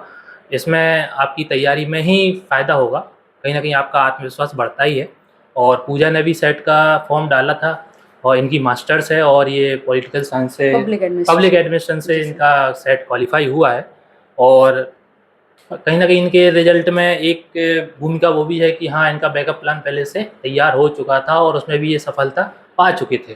तो मैं भी सारे जो तैयारी करने वाले छात्र हैं उनको भी मैं बोलूँगा, अगर आपके पास ऐसा दबाव है कि तैयारी के दौरान आप कोई एग्ज़ाम दे सकते हैं, निकाल सकते हैं, तो आप बिल्कुल दीजिए। उसमें कहीं आपको ये नहीं सोचना है कि नहीं हम तो पीएससी में ही डिप्टी कलेक्टर हमें बन के ही रहेंगे, है ना, है ना। तो कंपटीशन बहुत ज़्यादा है, दबाव तो रहेगा और आप अपने अनुसार चयन कीजिएगा। अगर हो जाता है तो आप बहुत अच्छा करेंगे लाइफ में। पूजा आप बताएं इस पे, आपका विचार क्या है बैकअप प्लान वाले? पूजा आप थोड़ा बताइए इस पे। जी सर। सर मेरा यही मानना है, जैसे सर ने बोला कि मैं ही नहीं समझती कि मतलब किसी के दबाव में आकर सेकंड प्लान बनाया जाए। खुद को फ्री करने के लिए बस, ज़रूरी बस, है, बस। स्वयं को फ्री करने के लिए। क्योंकि क्या होता है कि एक बार पेपर देने के बाद, 2 बार पेपर देने के बाद, 3 बार, फिर हमें लगता है हम क्या कर रहे हैं, हमें कुछ मिलेगा भी कि नहीं मिलेगा। तो इसके लिए सर मेरा मानना है कि थोड़ा तैयार रहना ज़रूरी है। जैसे मैंने भी सर 21 तक दिया, फिर मैंने सोच लिया था 22 का मेंस दिया, 23 का मेंस दिया। अब मैंने सोच लिया था 24 का प्री नहीं दूंगी मैं, क्योंकि अगर 4 पेपर में नहीं हुआ, कोई इतना चेंज तो आ नहीं जाएगा मैंने कहा सही 3 बात महीने है। में राइटिंग में मेरी या आंसर राइटिंग में। अगर इसमें होना होगा तो ये 4 मेंस काफ़ी हैं, और नहीं होना होगा तो नहीं होगा। तो मैंने सोच लिया था, मैंने कहा मैं नेट की प्रिपरेशन करूंगी और प्रोफेसर बनूंगी अगर इसमें नहीं होता है तो। लेकिन जो अटेम्प्ट दिए पूरी शिद्दत से, वो तो जी सर, ये जी जरूर मेंशन करें। हाँ जी सर, Otherwise बिल्कुल। लोग इसको ऐसे लेंगे कि हाँ एक बेपरवाही के साथ में दिया। नहीं सर, नहीं। जो जैसे दिया वो बहुत ज़्यादा। हाँ जी प्रॉपर सर, तैयारी के साथ प्रॉपर तैयारी के साथ। जैसे 20 का इसने बताया कि हमने दे दिया पेपर, 21 में हमारा ये था कि प्रॉपर शॉर्ट नोट्स बनाए हमने, प्रॉपर आंसर राइटिंग की, खुद से की, किसी कोचिंग में जाके नहीं की। लेकिन जैसे कि बहुत अच्छा आलोचक है, बहुत ही अच्छा आंसर जब मैं लिखूं, हाँ जी सर तो नहीं ये ऐसे नहीं लिखना था, नहीं वो वैसे नहीं लिखना था, तुम ऐसे नहीं बोलती हो, तुम वैसे नहीं बोलती हो। पोस्ट ना एसडीएम डालने की जरूरत है फर्स्ट पे, लेकिन एक काम कर, सेकंड नंबर पे कोई ऐसी डाल दे जो तुझे मिल जाए कम नंबर में भी ये लड़ाई भी तब चालू हुई थी जब मैंने इनको बोला कि आप दोनों एक दूसरे की टेस्ट कॉपी चेक किया करो। आपको कहीं ना कहीं अपनी गलती किसी को समझ में नहीं आती है, दिखती नहीं है, तो आप एक दूसरे का एनालिसिस किया करो कि आपने क्या अच्छा किया है, क्या गलती की है। तो क्योंकि आपको आगे चल के पता नहीं आपको मेंटर मिले या ना मिले, या कोई अलग तरीके से आपकी गलतियां बताएगा। तो इतना ये तैयार हो गए थे उस टेस्ट सीरीज में कि ये सक्षम थे कि हम अपना सेल्फ एनालिसिस खुद कर सकते हैं। कोविड की परिस्थितियां भी थी, कोविड की परिस्थितियां भी थी, उस टाइम पे समय नहीं रहता था स्टूडेंट के पास। तो ये इनकी लाइफ का एक अच्छा डिसीजन था उस टाइम पे कि आप फिर आगे बढ़ते गए, आप एक दूसरे की copy check की। कंक्लूजन ये है कि इन्होंने वेरी फर्स्ट टाइम में बहुत कम मेंटर रखते हुए अपनी जिंदगी में, मतलब उसको पहले इन्होंने समझ लिया कि हमें इस डायरेक्शन में करना है और फिर उसको अपग्रेड करते चले गए अपने को। मतलब इनको न्यू मिल गई किसी से, उस न्यू के बाद इन्होंने मकान अपनी सोच से बनाया, याद रखिएगा। अब इन्होंने मकान में ऐसा नहीं कि एक की ईंट लगा ली, एक का गारा लगा लिया, ऐसा नहीं किया, तो वो क्या है, मकान नहीं बनता, वो कार्टूनी मकान बन जाता है। बिल्कुल। तो मतलब ये है कि इन्होंने फिर मकान जो बनाया ना आज, जिसपे आप देख रहे हैं ऊंचाई पे खड़े दिख रहे हैं ना, वो भी एक खुद का ही एक प्रकार से उन्होंने पूरी तैयारी की थी। तो कहने का मतलब ये है कि जो भी स्ट्रेटेजी बनाए अपने नोट्स से लेके अपनी आंसर राइटिंग को लेके, तो 2-4 लोगों का ग्रुप बना लीजिए। हाँ, पहली बार जरूर, मैं बार बार बोल रहा हूँ कि एक बहुत पुख्ता मेंटर आपके पास शुरू में होना चाहिए जो एक गाइड कर सके। ये गलती मत कर देना कि आप पहले दिन से आप सेल्फ स्टडी करना शुरू कर दो। मान लो किसी गांव में कोई बताने वाला नहीं है, आप हिस्ट्री पढ़ रहे हो, हिस्ट्री का तो कोई अंत ही नहीं है, कितना हिस्ट्री पढ़ लोगे भाई। नेट की अब आज की डेट में, मैं मजाक लगेगा आपको, मैंने कई लोगों के नोट्स देखे हैं, अब किसी का नाम नहीं लूंगा, पीएससी के नाम पे वो नेट के नोट्स बेच रहे हैं, मैंने देखा है हैंड रिटन। मतलब उन्हें ये भी पता नहीं है कि जो नेट का सिलेबस है हिस्ट्री का वो बहुत अलग है। तो वो क्या है, बच्चे को क्या लगता है यार कि इसके नोट्स में बहुत अलग चीजें हमें मिल रही हैं, जबकि उसने कुछ नहीं किया, उसने नेट के सिलेबस से उठा के पीएससी वाले को चैप दिया। तो पीएससी वाले सोचता है यार कि मैंने अभी तक ये नहीं पढ़ा था इसलिए मेरा सिलेक्शन नहीं हो रहा। जबकि मैंने बोला ना 2-4 क्वेश्चन आते होंगे, छोड़ दो ना भाई, क्या दिक्कत है यार। मैं तो कह रहा हूँ 10 क्वेश्चन छोड़ दो, 90 तो होंगे ना। अब तुम उस 10 क्वेश्चन के पीछे नेट की, अब नेट हर सब्जेक्ट का होता है, तो तुम क्या 20-25 सब्जेक्ट पढ़ डालोगे नेट के क्या भाई। अब विवेकानंद तो हर कोई हो नहीं सकता भाई, अपन लोग एक सामान्य IQ वाले हैं। अगर हाँ विवेकानंद, तो आप बिल्कुल फिर हर सब्जेक्ट का नेट का सिलेबस उठा के पढ़ लीजिए, वो आप सही इसी के स्तर से आप ऊपर। फिर बहुत ऊपर। सिलेक्शन तो 50-60% हो ही जाता है सर। इतने में ही हो जाता है, लिस्ट भी इतनी जाती है। बस अब एक क्वेश्चन और मैं इनसे डिस्कस करना चाहता हूँ कि इस तैयारी के फेस में इन लोगों ने जो अपना इंटरव्यू का एक्सपीरियंस लिया है, उस चीज़ को मैं और डिस्कस करना चाहता हूँ। क्या किसी विशेष पैनल में चल रहा है जी बिल्कुल, भुवनेश का तो पैनल भी चेंज हुए हैं, 3-4 बार इंटरव्यू दिया है इनका, हर बार पैनल मार्केट में से चल रहा है। सवाल ये है कि एक तो किसी के विशेष पैनल में शामिल होने से होता है भाई, आप भी बताइए। मॉक इंटरव्यू में, हाँ कई लोगों के शौक होते हैं कि हम उस पैनल में बैठ गए मतलब हमारा सिलेक्शन हो गया, ऐसा बहुत चलता है। सर। इसको आप बताइए सर मैं इस पे बोलना चाहूंगा जी सर, कि मेरा 4 बार मैं इंटरव्यू दे चुका हूँ, 2 बार फॉरेस्ट के, 2 बार सिविल के। और तो मेरा अनुभव ये रहा सर, हर बार मेरे इंटरव्यू के अनुभव अलग रहे, हर बार इंटरव्यू के अलग रहे। इस बार तो उन्होंने पूछा भी कि आपके अनुभव कैसे थे पिछले, तो मैंने कहा सर हर बार अलग थे, इस बार फिर अलग लेके जा रहा हूँ। तो आप चीजों को जनरलाइज नहीं कर सकते हैं कि आप किसी विशेष पैनल के द्वारा मॉक इंटरव्यू देंगे, वहां तैयारी करेंगे तो ही निकलेगा। इंटरव्यू में सर ना के बराबर संभावना है कि आपको एक भी क्वेश्चन फंसे मॉक इंटरव्यू का। इंटरव्यू केवल आपके डिलीवरी की तैयारी है। अब वो तो हाँ, वो टाइप आप कर भी सकते हैं। बात ये कि आप सोच रहे हैं कि वो क्वेश्चन प्रेडिक्ट करा दें सामने वाले कि ये पूछेंगे आपके विशेष सब्जेक्ट से, तो वो संभव नहीं है। और उनके आंसर भी हो सकता है वो करा भी दें, वो भी गलत हो सकते हैं वहां पे, क्योंकि कुछ बहुत विद्वान लोग बैठते हैं वहां पे। हाँ, बोर्ड को आप बेवकूफ नहीं बना सकते मेरे हिसाब से। तो ये तो सबसे बड़ा मिथक है कि विशेष पैनल से करना, ये तो गलत बात है। आपको तैयारी किसकी करनी है कि आपके पास जो ज्ञान है आप उसको डिलीवर कर पा रहे हैं, आप सहज हैं कि संवाद में, आपके संवाद में सरसता है कि नहीं है, तो उसकी तैयारी है साक्षात्कार। और आप साक्षात्कार के लिए खुद को मोल्ड भी नहीं कर सकते एंड टाइम पे, अभिनय अलग झलकता है सर। तो जेन्युइन रहेंगे, उसी को निखार के लाना मॉक इंटरव्यू की तैयारी होती है, ना कि आपको प्रेडिक्ट करना और विशेष पैनल, ये सब तो सर मिथक है। हम तो नहीं गए सर किसी से ज्यादा पैनल में, कुछ जगह दिए मॉक तो दिए 2-4 कोचिंग में, जरूरी भी है, केवल इसलिए दिए कि कॉन्फिडेंस के लिए, अलग अलग लोगों से मिलेंगे, अलग अलग तरीके क्वेश्चन फेस कर। हाँ तो सर सॉरी हमने काफी बोला, इंटरव्यू में बोला, और दूसरी बात मॉक में भी खूब सॉरी बोले। अब मॉक में तो क्या होता है सर, मेरा जो अनुभव है, मॉक इंटरव्यू में तरह तरह के कोचिंग्स गए सर, लोगों का एकेडमिक्स अलग अलग है। हाँ। किसी में गोल्ड लिस्ट है, किसी अब उनने मान लो कुछ क्वेश्चन पूछ लिए कठिन सा, अब बच्चा परेशान हो गया, आके वो किताब लेके मोटी मोटी MA की किताब है, उसमें वो पढ़ रहा है कि यार ये छूट गया मेरे से। अब हॉबी पे मैंने देखा सर, मेरी क्रिकेट हॉबी थी, क्योंकि सबकी हॉबी, राष्ट्रीय हॉबी है क्रिकेट। सही बात। आप कोचिंग्स में जाइए, हो सकता है क्रिकेट के बहुत बड़े प्रशंसक बैठे हो आपके पैनल में, अब उनने इतना खतरनाक क्वेश्चन पूछा कि महेंद्र अमरनाथ के पिताजी लाला अमरनाथ उनके भाई थे, वो भी थे उस टाइम पे, उन्होंने विकेट लिए थे। हाँ, इस टाइप की बात की। तो अब आप क्या सोच रहे हैं कि आपने क्रिकेट हॉबी डाली यार, ये तो मैंने सोचा ही नहीं कभी, मैं इसको इतिहास पर डाला पूरा, मतलब वो डाइवर्ट हो गया। हाँ, और मेरा अनुभव मैं 4 बार इंटरव्यू दे के आया हूँ क्रिकेट हॉबी के साथ, मेरे से हॉबी का सिंगल क्वेश्चन नहीं पूछा उन्होंने क्रिकेट का। तो मैं इस पे बड़ा गनीमत करता हूँ कि भाई मैंने नहीं पढ़ा उनके चक्कर में ज्यादा, पढ़ पढ़ के सामान्य रहो कुल मिला किसी के। की भी राय मानने की जरूरत नहीं है, मतलब क्या पढ़ना है क्या नहीं पढ़ना है, मिसलीड नहीं होना है।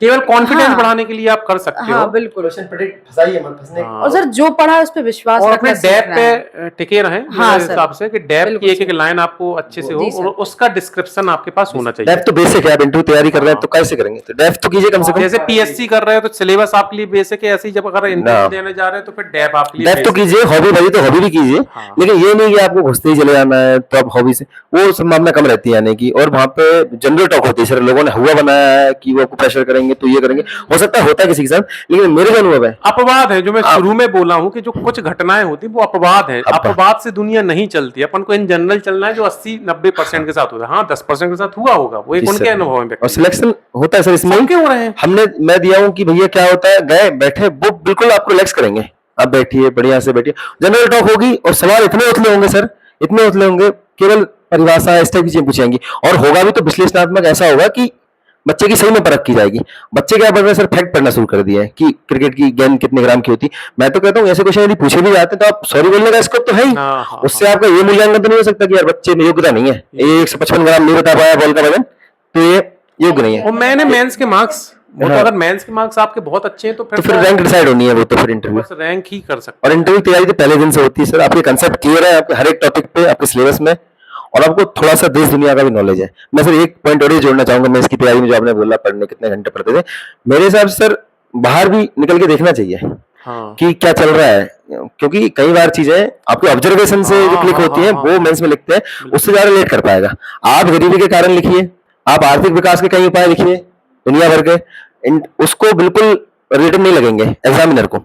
यदि आप लिख पा रहे हैं कि हाँ सर ऐसा ऐसा कर सकते हैं, चौपाटी बना के धंधा देखा है, थोड़ा बदल पड़ता है, अपन देखते हैं सर गदाते हैं, तो वो भी लेट करेंगे, एग्जामिनर भी लेट करेंगे, यार ये पॉइंट अच्छा है इसका, ये हो सकता है, प्रैक्टिकल है, तो इससे भी फायदा हो। इसका कहने का सेंस ये है कि आप बाहर भी निकल के देखें।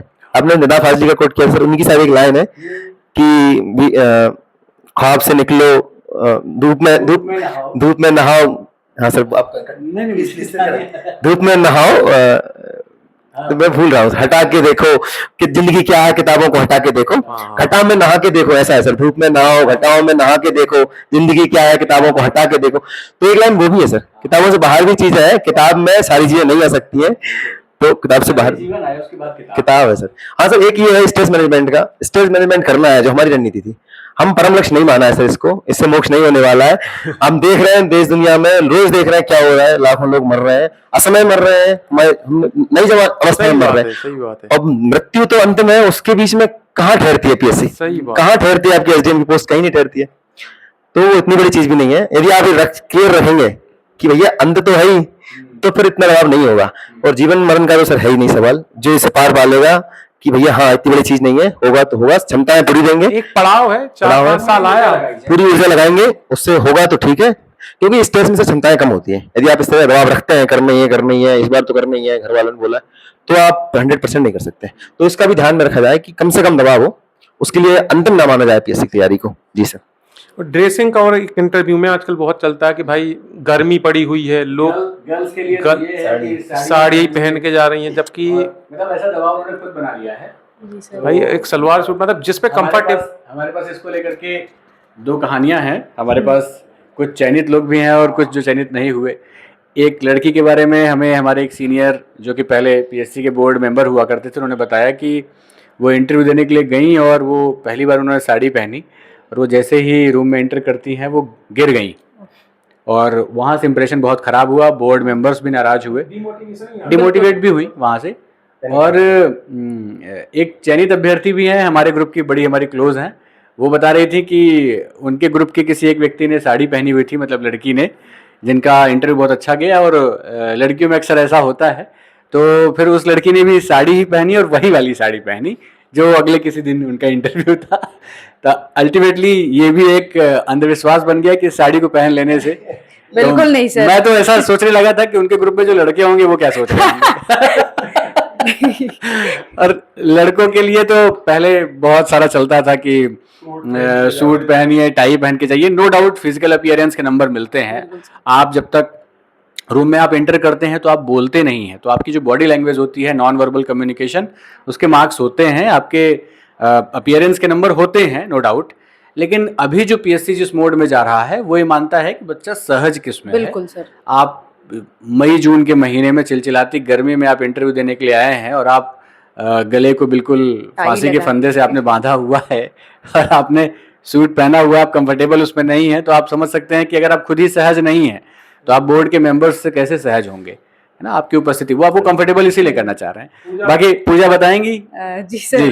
सर मैंने तो दोनों बार साड़ी ही पहनी, लेकिन सर मेरा ये Comfortable मानना, थे। हाँ सर, मैं बहुत कंफर्टेबल थी सर साड़ी में। लेकिन बहुत लोग नहीं होते हैं। हाँ जी सर, जैसे कई लोग नहीं होते, जैसे वहां पे और भी लड़कियां थी मेरे साथ, कई लोग सूट पहन के आई थी, बोलिए। जिसको जिसमें सहज लगता है, क्योंकि जरूर फिर पिन उठाते रहो बार बार, पटलियां ठीक करो, आप वॉशरूम नहीं जा सकते हैं, क्योंकि हो सकता है आप सुबह 9:30 से बैठे, आपका इंटरव्यू 4:30 बजे सही होगा। बात है, बहुत आम है ये तो। हाँ बहुत आम है, हमारा हुआ था 4:30 बजे। बिल्कुल बिल्कुल। जी सर, बहुत परेशान हो जाते हैं। तो जिस चीज में आप कंफर्टेबल हैं आप उसे पहनिए। मुझे नहीं लगता कि इससे कोई बहुत ज्यादा फर्क पड़ता है कि आपने कौन से कलर का सूट पहना है, कौन से कलर सही की बात साड़ी है। पहनी है, या आपकी शक्ल कितनी अच्छी है, आपकी हाइट कितनी अच्छी है, कोई मायने नहीं रखता। भाई ये मॉडलिंग का कंपटीशन नहीं जी है। सर, बिल्कुल सर।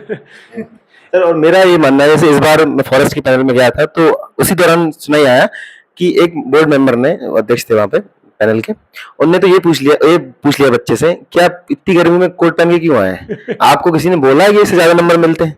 ये बाहर सही बात है। हाँ, और उनमें किसी ने कोट नहीं पहने थे, सब सहज तरह से बैठे थे। तो हमने बच्चे से कहा, और हंसे भी वो लोग, क्या चल रहा है। तो ये भी मेरे सुनाई में आया, मेरे दोस्त बता रहे थे। तो कहने का सेंस यही है, जिसमें कंफर्ट है, जो सहज है वो अच्छा है, और जबरन का ठीक नहीं है। बाकी कोट पहनते हैं सर लोग, वो चलता है। स्वेच्छा है, अगर आप हाँ। कंफर्टेबल हो तो आप बिल्कुल कर सकते हाँ सर, और कई बार क्या होता है सर, ऐसा बोल भी नहीं सकते हैं कि भैया कोट नहीं चलता है, क्योंकि चला आ रहा है ट्रेडिशन, तो लोग बच्चे उस दबाव में पहनते हैं, तो वो भी ठीक है। लेकिन यदि नहीं कर पा रहे हैं, टाई आपने बोला सर, अगर इंटरव्यू ऐसे मौसम में है जहाँ पर ठंड है, जैसे ठंड के दिनों में अगर इंटरव्यू चल रहे हैं, पिछले साल कुछ ऐसे इंटरव्यूज थे, कोट पहन सकते हैं सर। तो आप उसमें सहज हैं तो पहनिए। उसमें बोर्ड भी आपको जो है वो मतलब बोर्ड के मेंबर भी उस पर पहनते हैं वहाँ पे। लेकिन कहने का मतलब वही है कि सीजनल आपका जो अटायर है, आपका जो गारमेंट्स है, मार्क्स नहीं है ना? सही बात है। हाँ, आपकी कंफर्टेबिलिटी। और सर मुझे लगता है जो बोलेंगे उसका इंप्रेशन है। आप पहन के जा रहे हैं बढ़िया अंग्रेजी सूट, और आप बोल रहे हैं मतलब ढोल को पोल खोल देगा वहां आके, बिल्कुल, तो क्या नंबर देंगे वो? मतलब भड़कीले कपड़े ना पहने कि बहुत गॉर्जियस कलर के हों, लाल काले पीले नीले, लेकिन बहुत सोबर तरीके के जो आंखों को चुभते ना हो, और बाकी आप कुछ भी पहन के जाएं। सही बात, मॉडल नहीं बनना। और सब बोलिए, अच्छा बोलिए, जो पूछा गया वो बोलिए, तो उसके मार्क्स मिलेंगे, ना कि आपके कपड़ों पे। तो सर एक ये भी है। चलिए, एक बहुत हेल्दी डिस्कशन हो चुका है। मुझे लगता है कि कोई पॉइंट अब मेरे दिमाग में तो नहीं बचा। अगर आपको लगता है, किसी को कुछ लगता है, तो आप कमेंट बॉक्स में छोड़िए, हम एक बार उनसे फिर डिस्कस करेंगे और आपको जवाब देंगे उसमें। और मुझे लगता है कि बहुत अलग टाइप का भी हुआ है, क्योंकि इसमें इन जनरल डिस्कशन हुआ है कि जो एक मतलब सभी का एक कॉमन डाउट रहता है। हालांकि शुरू में भी भुवनेश ने बोला, पूजा ने बोला, हम सब हमारे मेंटर्स ने भी बोला है कि यार जो डिस्कशन होते हैं वो यूनिफॉर्म और यूनिवर्सल नहीं है कि जो हमने बोल दिया वही अंतिम सत्य, इसी को तुम मान के आगे बढ़ जाओ। देखो, मैंने बोला ना, सफलता हमेशा आपको यूनिक बनाती है, तो आपको भी अपने आप को यूनिक बनाने के लिए कुछ यूनिक चीज़ें करनी पड़ेंगी, चाहे वो नोट्स हो, चाहे वो आंसर राइटिंग हो, क्योंकि सफलता यूनिक तो बनाती है ना। 3 लाख लोगों में अगर आप खड़े हो, आप 300-400 में, तो यूनिक बनाया ना आपको। तो वो यूनिक बने क्यों? क्योंकि वो यूनिक चीज़ें करने के लिए आप यूनिक कुछ कर रहे होगे। अगर सबका ही कॉमन चल रहा होता तो कुछ आप समझ सकते हैं ना, आप यूनिक कैसे हुए। सर मुझे एक लाइन याद आ रही है, यदि आप अलाउ करें तो। नहीं, बिल्कुल। वसीम साहब का एक सर शेर है, वो कहते हैं कि हर आदमी दौड़ता है यहाँ भीड़ की तरफ, फिर ये भी चाहता है कि उसे रास्ता मिले। ये तो बड़ा विरोधाभास है अपने समय का, कि भाई भीड़ में चलना भी है और फिर रास्ता भी चाहिए। तो रास्ता चाहिए तो आपके पाथ बनाने पड़ेंगे, आपको बनाना पड़ेगा। तो सर ने सही कहा। तो इस पूरे कंक्लूजन ये है, मतलब जो मुझे समझ में आ रहा 3-4 पॉइंट्स पे, कि पहली चीज़ तो है कि आप गाइडलाइन सबकी लो, मेंटरशिप सबकी लो, लेकिन अपने रास्ते बनाने के खुद तरीके विकसित करें। दूसरा पॉइंट कि आप क्लासेस लेना चाहते हैं, नहीं लेना चाहते, तो किसी को देख के कि किसी प्लेटफॉर्म पे आ रहा है इसलिए आप चले जा रहे हो, नहीं, वो आपका स्वैच्छिक डिसीजन है। और कंफर्टेबल अपने संसाधनों में लो। भाई आपके घर की आय नहीं है तो मैंने कई लोगों को देखा है कि कई लोग तो ज़मीन गिरवी रख के जा रहे हैं, उसमें दो घाटे हो रहे हैं। एक तो माता पिता पैनिक हो रहे हैं, क्योंकि भाई अगर किसी के आपने जमीन ही रख दी, आर्थिक संसाधन ही गिरवी रख गया, तो आप कैसे मन से शांत रहोगे। वो जो पीएससी का एग्जाम, मैंने बार बार बोला कि ये बिल्कुल शॉर्ट टर्म प्रोग्राम नहीं, कम से कम 1.5-2 साल की प्लानिंग आपको करके चलना ही पड़ेगी। हाँ, मैंने बोला अपवाद होते हैं, कुछ लोग निकलते हैं 1 साल में, लेकिन मैंने बोला ना अपन को सामान्य टर्म में चलना है। तो भाई इसमें इतना ज़्यादा संसाधनों के बाहर निकल के मत काम करिए, आप किसी भी शहर में कंफर्टेबल हो करिए। बाकी हम लोग काफ़ी किफ़ायती शिक्षा मिशन चला ही रहे हैं, मतलब जो सहयोग आप लोगों को कर ही रहे हैं, हज़ारों बच्चे फ़ायदा ले भी रहे हैं और हुए भी हैं। आप रिजल्ट्स भी देख रहे हैं लगातार, लगभग हर टॉपर्स ने ये बोला है कि उनको कहीं ना कहीं हमारे उन किफ़ायती शिक्षा प्रोग्राम्स की चीज़ों से फ़ायदा मिला है। और बाकी अगर आपके पास बहुत संसाधन है तो फिर दो चीज़ें हैं। अगर आप बिल्कुल मतलब हम नाम तो नहीं लूँगा, करोड़पति घर में ही पैदा हुए तो फिर आपके लिए बड़े बड़े संस्थान खड़े हुए हैं, या आप अगर विवेकानंद हैं तो फिर आप हज़ारों सोर्स से पढ़ सकते हैं, 2 शब्द हैं। और अगर सामान्य पृष्ठभूमि से, मतलब सभी सामान्य पृष्ठभूमि से, तो आप फिर अपना रास्ता अपने संसाधनों में रह के, बार बार मेरा जो टॉपिक इसमें है अंत में कि संसाधनों में रह के करो, तो इससे रहेगा तो मन शांत रहेगा, और मन चंगा तो कटौती में गंगा, सीधी सी बात है। क्योंकि अगर मन ही अशांत है, आपको यही लग रहा है यार मैंने लोन निकाल लिया 4 लाख का, मेरी जमीन सीज हो जाएगी, अरे तुम पढ़ाई कहाँ कर पाओगे, संभव ही नहीं है। सही बात। और भाई घर वालों की अगर जिसकी रोजी रोटी उसी जमीन से लगी है, अब तुम कह दो कि नहीं हम 5 साल बाद रिजल्ट देंगे, अनसर्टेन एग्जाम है, क्योंकि लंबी प्रक्रिया है तो लंबा हो भी सकता है। तो भाई ये गलती मत करिएगा, इसमें आप अपने आप को तो खत्म करते हो, अपनी फैमिली को भी खत्म कर देते हो, है ना। तो ठीक है, सभी पॉइंट हो गए हैं। बस अंत में जो हमारे विक्रम सर्व शिक्षा समिति VS एजुकेशन के जो किफ़ायती शिक्षा प्रोग्राम्स रहे हैं, हालांकि बीच में काफ़ी डिस्कशन हुए हैं चीज़ों पे, लेकिन भुवनेश और पूजा चूँकि डायरेक्ट उससे लाभार्थी हैं, और हमें बड़ी खुशी हो रही है कि मतलब 3-4 साल से लगातार हम लोगों को देख रहे हैं उनकी शुरुआत के टाइम से। हालांकि उन्होंने कई नोट्स और कई संसाधनों का सहारा लिया होगा, लेकिन तब भी जो हम लोगों के प्रोग्राम चले हैं, तो मैं चाह रहा हूँ कि जो हमारी टीम में और भी लोग काम कर रहे हैं, जैसे कभी रवि जी भी जुड़े रहे हैं, तो एक मोटिवेशन चाहिए होता है हमारी टीम के लिए। तो आप अपनी एक राय दीजिए कि हमारे प्रोग्राम्स कितने लाभान्वित कर रहे हैं लोगों को, आप लोगों, क्योंकि आप बहुत करीब, क्योंकि अपन इसलिए आप ज़्यादा बता पाओगे, और लोग तो नहीं जानते होते ना, क्योंकि आपने बहुत व्यक्तिगत हमारी कार्यशैली देखी है और किस टाइप की, तो उसमें आप दोनों के मैं पॉइंट लेना चाहूँगा। जी सर, मैं बताना चाहूंगा, जब मैंने प्रीलिम्स तो आप यहीं से किया था, जो भोपाल में हुआ था आपका टेस्ट सीरीज के बाद, उसके बाद यहाँ से तो सर 200 रुपये लिए थे आपने मात्र, और इतना वैल्यूएबल, और जो आंसर आपने दिए थे उससे ही इतने क्वेश्चन तैयार हो गए थे, तो वो तो काफी किफायती रहा था। तो एक मन में ख्याल था कि भैया जुड़ना है, संस्था से आगे जुड़े रहना है, बहुत अच्छा काम कर रहे हैं और आप निस्वार्थ कर रहे हैं, तो एक वो भी मोटिवेशन था कि चलिए अच्छा काम कर रहे हैं, और भविष्य में मतलब पूरे 100% आप कर रहे हैं। आपका सहयोग लगेगा फ्यूचर में। बिल्कुल सर, इसीलिए तो आए हम। और मैं यही कहना चाहूंगा, जो कर सकते हैं जरूर करें, क्योंकि जो बाजारवाद बन गया है, डिमांड नहीं है लेकिन क्रिएट की जा रही है, तो उसको तोड़ना है। और उसके बाद हम मेंस में गए, तो हम यही थे, यही लिखा, इतने अच्छे मेंटर मिले रवि सर जैसे, लेकिन हमने फिर भी ट्राई किया हमारे स्तर पे, क्योंकि हम नए थे कि भैया और भी लिखे, मार्केट में चल रहा है, उस खास कोचिंग का लिखना है। तो पता किया तो भैया तो आसमान जैसे रेट थे भैया टेस्ट सीरीज के, हम लोग नहीं गए। अच्छा हुआ नहीं गए, हम नहीं फंसे, तो हम वो ढर्रे में सेट हो जाते। तो वो हमारे, क्योंकि जो खाली दिमाग था उस टाइम पे, हमारे न्यूरल पाथ नचले थे। हमारे सीमित प्रोग्राम ही रहते हैं, इनको भी पता है कि हम लोग जैसे मेंस भी टेस्ट सीरीज लाए तो 50-60 तक हमारा टारगेट से हमारी क्षमता ही नहीं है, पहले ही मना कर देते हैं। अभी कोचिंग्स में क्या होता है, 200, 500 लोग भर लेते हैं, फिर चेक कराते हैं बच्चों से ही, बच्चों से पर कॉपी पैसे देके। उससे आपस में चेक कर लो, आपस में चेक कर लो। पेपर तो हम दे ही रहे फ्री आराम से। और मॉडल आंसर चेक कर, मैंने तो कुछ दोस्त करते हैं सर, उनको बताया गया है कि ये मॉडल आंसर है, आपको इस पैटर्न चेंज करना है, और 10-20 टिप है कि एनसीईआरटी का सहारा लें, आंसर राइट वो शब्दों में लिखे, वो टिप जो कहते हैं ना, वो छाप जैसी, सील मार रहे जैसी हर कॉपी में लिख दी, थोड़ी सी राइटिंग सुधार रहे हैं, वो जिनको हर किसी से कॉपी चेक करा है। तो सर हमारा फायदा ये रहा कि आपके संस्थान से जुड़ने का, रवि सर जैसे मेंटर मिले, आप जैसे लोग मिले। दूसरा सर किफायती काम हो गया बड़ा, क्योंकि उस टाइम पे थी हमारे साथ ये दिक्कत, हमें नहीं पता थी चीजें, हम उलझ जाते, तो आपकी फिर उसके बाद हम लगातार रहे सर। 21 हमने आपके टेस्ट पेपर घर से निकाल के लिखे, क्योंकि कोविड भी था उस टाइम, कुछ तैयारी थी, तो वो सब सहारा मिला सर। आपके इंटरव्यू प्रोग्राम से हम BS एजुकेशन से बच्चों को आप सजेशन दीजिए। जी सर, मैं बिल्कुल कहूंगा, क्योंकि ये जो बाजार चल रहा है प्रीलिम्स का भी और मेंस का भी, इतनी महंगी नहीं होनी चाहिए टेस्ट सीरीज, और ये ठीक भी नहीं है। अभी प्रभाव पड़ा भी है अपनी टेस्ट सीरीज से सर, सबने रेट कम किए हैं, वो होना भी चाहिए। जितनी लागत है, जितना आपका बन रहा है लाभांश, उतना लेके यदि आप कर पा रहे हैं तो अच्छी बात है। क्लासेस भी हमने बहुत किफायती, मतलब 1.5 रुपए 2 रुपए घंटे पे हम लोग चला रहे हैं, मतलब 2-3 हजार में हम कंप्लीट मेंस की क्लास 1400 घंटे की हम दे चुके हैं। तो रिकॉर्ड है हम लोगों का, कितनी बड़ी बात है सर।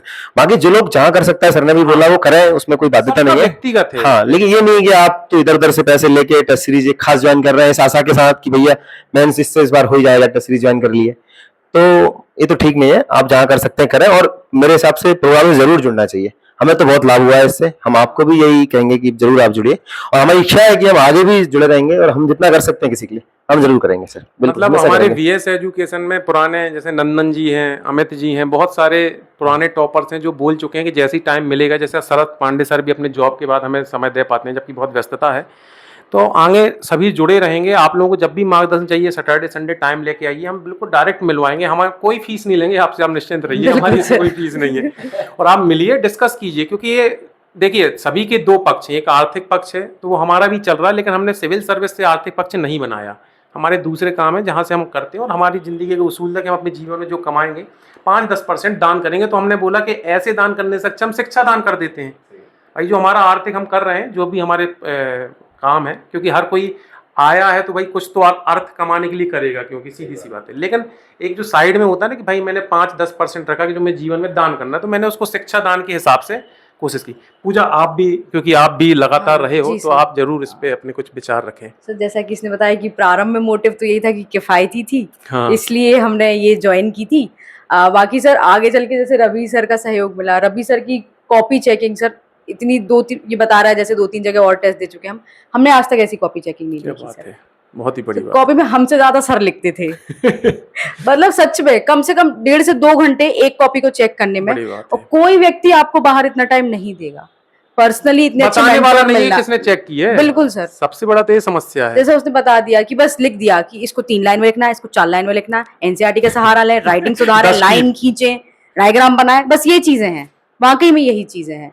कोई आपको सच में बताने वाला नहीं है कि क्या चीज सही है और क्या गलत है। हालांकि सर अप्पदीपो भव, तो हाँ। मतलब खुद से उस चीज को एनालाइज करना कि हम लेकिन क्या बहुत गलत लेट कर हो रहे जाते हैं, हैं। जब तक जी आपका सर। आपो दीपो भव होता है तब बिल्कुल पंचवर्षीय सर। प्रोग्राम तैयार हो। खुद के अनुभव सीखने में टाइम लगता है। बिल्कुल दूसरे सर। लोगों का लाभ लेना चाहिए। और जैसे सर इतना व्यक्तिगत इंटरेस्ट कोई नहीं लेता, जैसे आप हैं सर, आप बीच बीच में हमसे आके मिलते रहे, मोटिवेट करते रहे हमको। अंकिता मैम आई थी सर के थ्रू मिलने। हाँ, हाँ, हाँ। तो सर मतलब मुझे नहीं लगता किसी भी कोचिंग इंस्टीट्यूट में इतना लोगों को एक्सपोजर मिलता होगा बच्चों को कि वो खुद से जाके कॉपी बता सकें अपनी, या बात कर सकें, या हम क्या कर सकते हैं ये पूछ सकें। तो नहीं होते हैं कोई सर, नहीं और होता। इस चीज के लिए सर हम बहुत थैंक यू हैं। और सर एक लाइन और, जैसे आप बोले पीएससी का बड़ा संघर्ष है, ये है वो है। सर संघर्ष जैसा कुछ लगा नहीं है, सही बिल्कुल बताया सर। संघर्ष जैसा इसलिए नहीं लगाया, आप लोगों का सपोर्ट था, जर्नी जी लगी, सर। बस जी सही सर। बात पे थे, आप जैसे हाँ। लोग थे, और सही किया, थोड़ा सा बुद्धि भी लगाई तो हो गया सर। संघर्ष जैसा कुछ नहीं हुआ, सहजता से हो गया। कोई दबाव नहीं बिल्कुल कुछ सर। नहीं। सहजता से पास हुए, जी। इंटरव्यू नहीं हुआ, मैथ्स दबाव नहीं इसलिए हुआ। तो बहुत मेंटर आपने नहीं बनाए। सर ये कारण है इस चीज का कि जैसे हम फेल हुए तो लोग खुद का इवैल्यूएशन, मैं मानती हूँ खुद का इवैल्यूएशन करो कि क्या गलत किया हमने, क्या सही कर सकते हैं, लेकिन इस चीज के चक्कर में चीजें फ्लक्चुएट करती हैं कि अब ये नोट नहीं, ये अगली बार फिर फेल हो गए, अब ये नहीं वो उठाएंगे, टीचर बदल लेंगे। इस आदमी से पढ़ेंगे, उस आदमी से पढ़ेंगे। करने की जरूरत नहीं है सर, बिल्कुल नहीं है। आप जो पढ़ रहे हैं उस पर विश्वास रखिए, आज नहीं कल होगा, मेंस नहीं हुआ पक्का है, तो होगा हमने सर। बार बार बोला जी कि सर। आप जैसा लिखते थे वैसा ही लिखो। हकीकत है, वो अपनी हकीकत। नेचुरलिटी पे रहे हैं बिल्कुल, उसमें चेंज करने की कोई जरूरत नहीं है। इन्होंने कभी अपनी आंसर राइटिंग पे कोई चेंज नहीं किया, जैसा लिखते आया वैसा ही लिखा। हुआ नहीं हुआ, इन्होंने कभी कोई दबाव नहीं लिया। तो ये तो एक उदाहरण है। तो काफ़ी एक कम, हालांकि हम लोग पहले अपने बारे में राय नहीं लेते थे, लेकिन जो भुवनेश से हमने बोला है कि आजकल जो बाजारवाद है और इतना करोड़ों का फंड फ्लो हो रहा है कि उसमें क्या है ना, गलत चीज़ों को भी ये साबित कर दिया जाता है कि उनने की है। तो हम लोग भी आजकल जो कमेंट टॉपर से ले रहे हैं, क्योंकि इनसे अच्छा एक स्टूडेंट्स को कोई नहीं बता पाता है कि भाई उन्होंने जो देखा है पिछले 4-5 सालों में कि हम लोग किफ़ायती केवल लिखते नहीं है, वो थे चीज़ें, और हज़ारों बच्चे आज लाभान्वित हुए हैं। हालांकि हम लोग डेटाबेस नहीं उठाते हैं, जो डायरेक्ट जुड़े हुए उन तक पहुंचे नहीं। तो अभी कल ही मैं आपको एक घटना बता रहा हूँ, कटनी से मेरे पास एक कॉल आया, रेलवे डिपार्टमेंट में 2 बच्चियों का सम्मान हो रहा है, उनके पिताजी रेलवे डिपार्टमेंट में, तो वहीं एक हमारे सीनियर पोस्टेड थे, उनका कॉल आया कल रात को, एक सर हैं, नाम तो नहीं ले रहा मैं, कहते हैं कि विक्रम यार तुम्हारा नाम यहाँ 2 लड़कियां ले रही हैं। मैं चौंका कि कौन लड़कियां हैं। फिर उन्होंने नाम बताया दोनों का, दोनों बहनें हैं, सगी बहनें हैं। हालांकि उनकी पोस्ट शायद एक सीएमओ एक अधीनस्थ लेखा में सिलेक्ट हुई। तो उन्होंने बोला कि हमने विक्रम सर के टेस्ट पेपर लगाए थे कटनी, जबकि मैं कभी कटनी गया नहीं। तो अपने जो टेलीग्राम ग्रुप थे ना, वो वहां से उनने करके कर लिया, आपस में ग्रुप बना लिए 2-3 बहनें, जैसे आपने 2 ग्रुप बनाए, उनने आपस में बना लिया, और वो मॉक देने हालांकि हमारे आई थी, और एक बार शायद टेस्ट सीरीज में भी आई।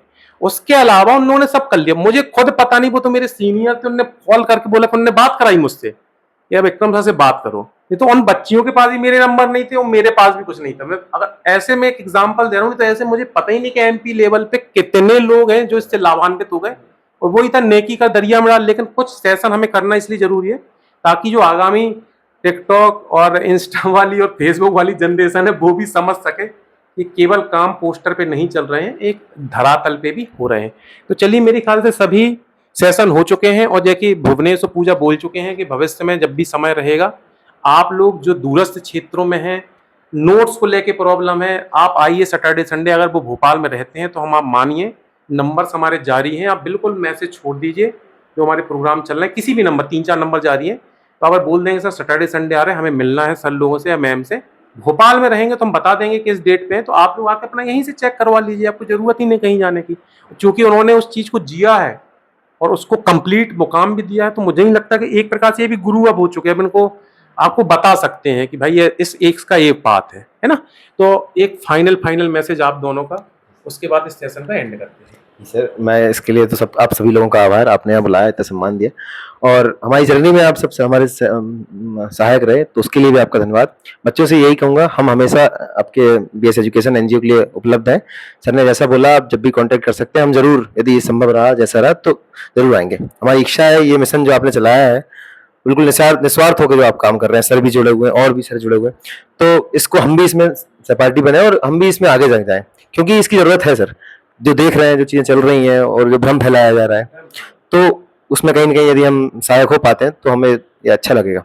तो हम हमेशा सर इसके लिए उपलब्ध रहेंगे। बिल्कुल सर। पूजा, आपका एक फाइनल थॉट स्टेटमेंट। जी सर थैंक यू हमें यहाँ बुलाने के लिए, और आप सभी को थैंक यू जो आपने हमारा इतना साथ दिया।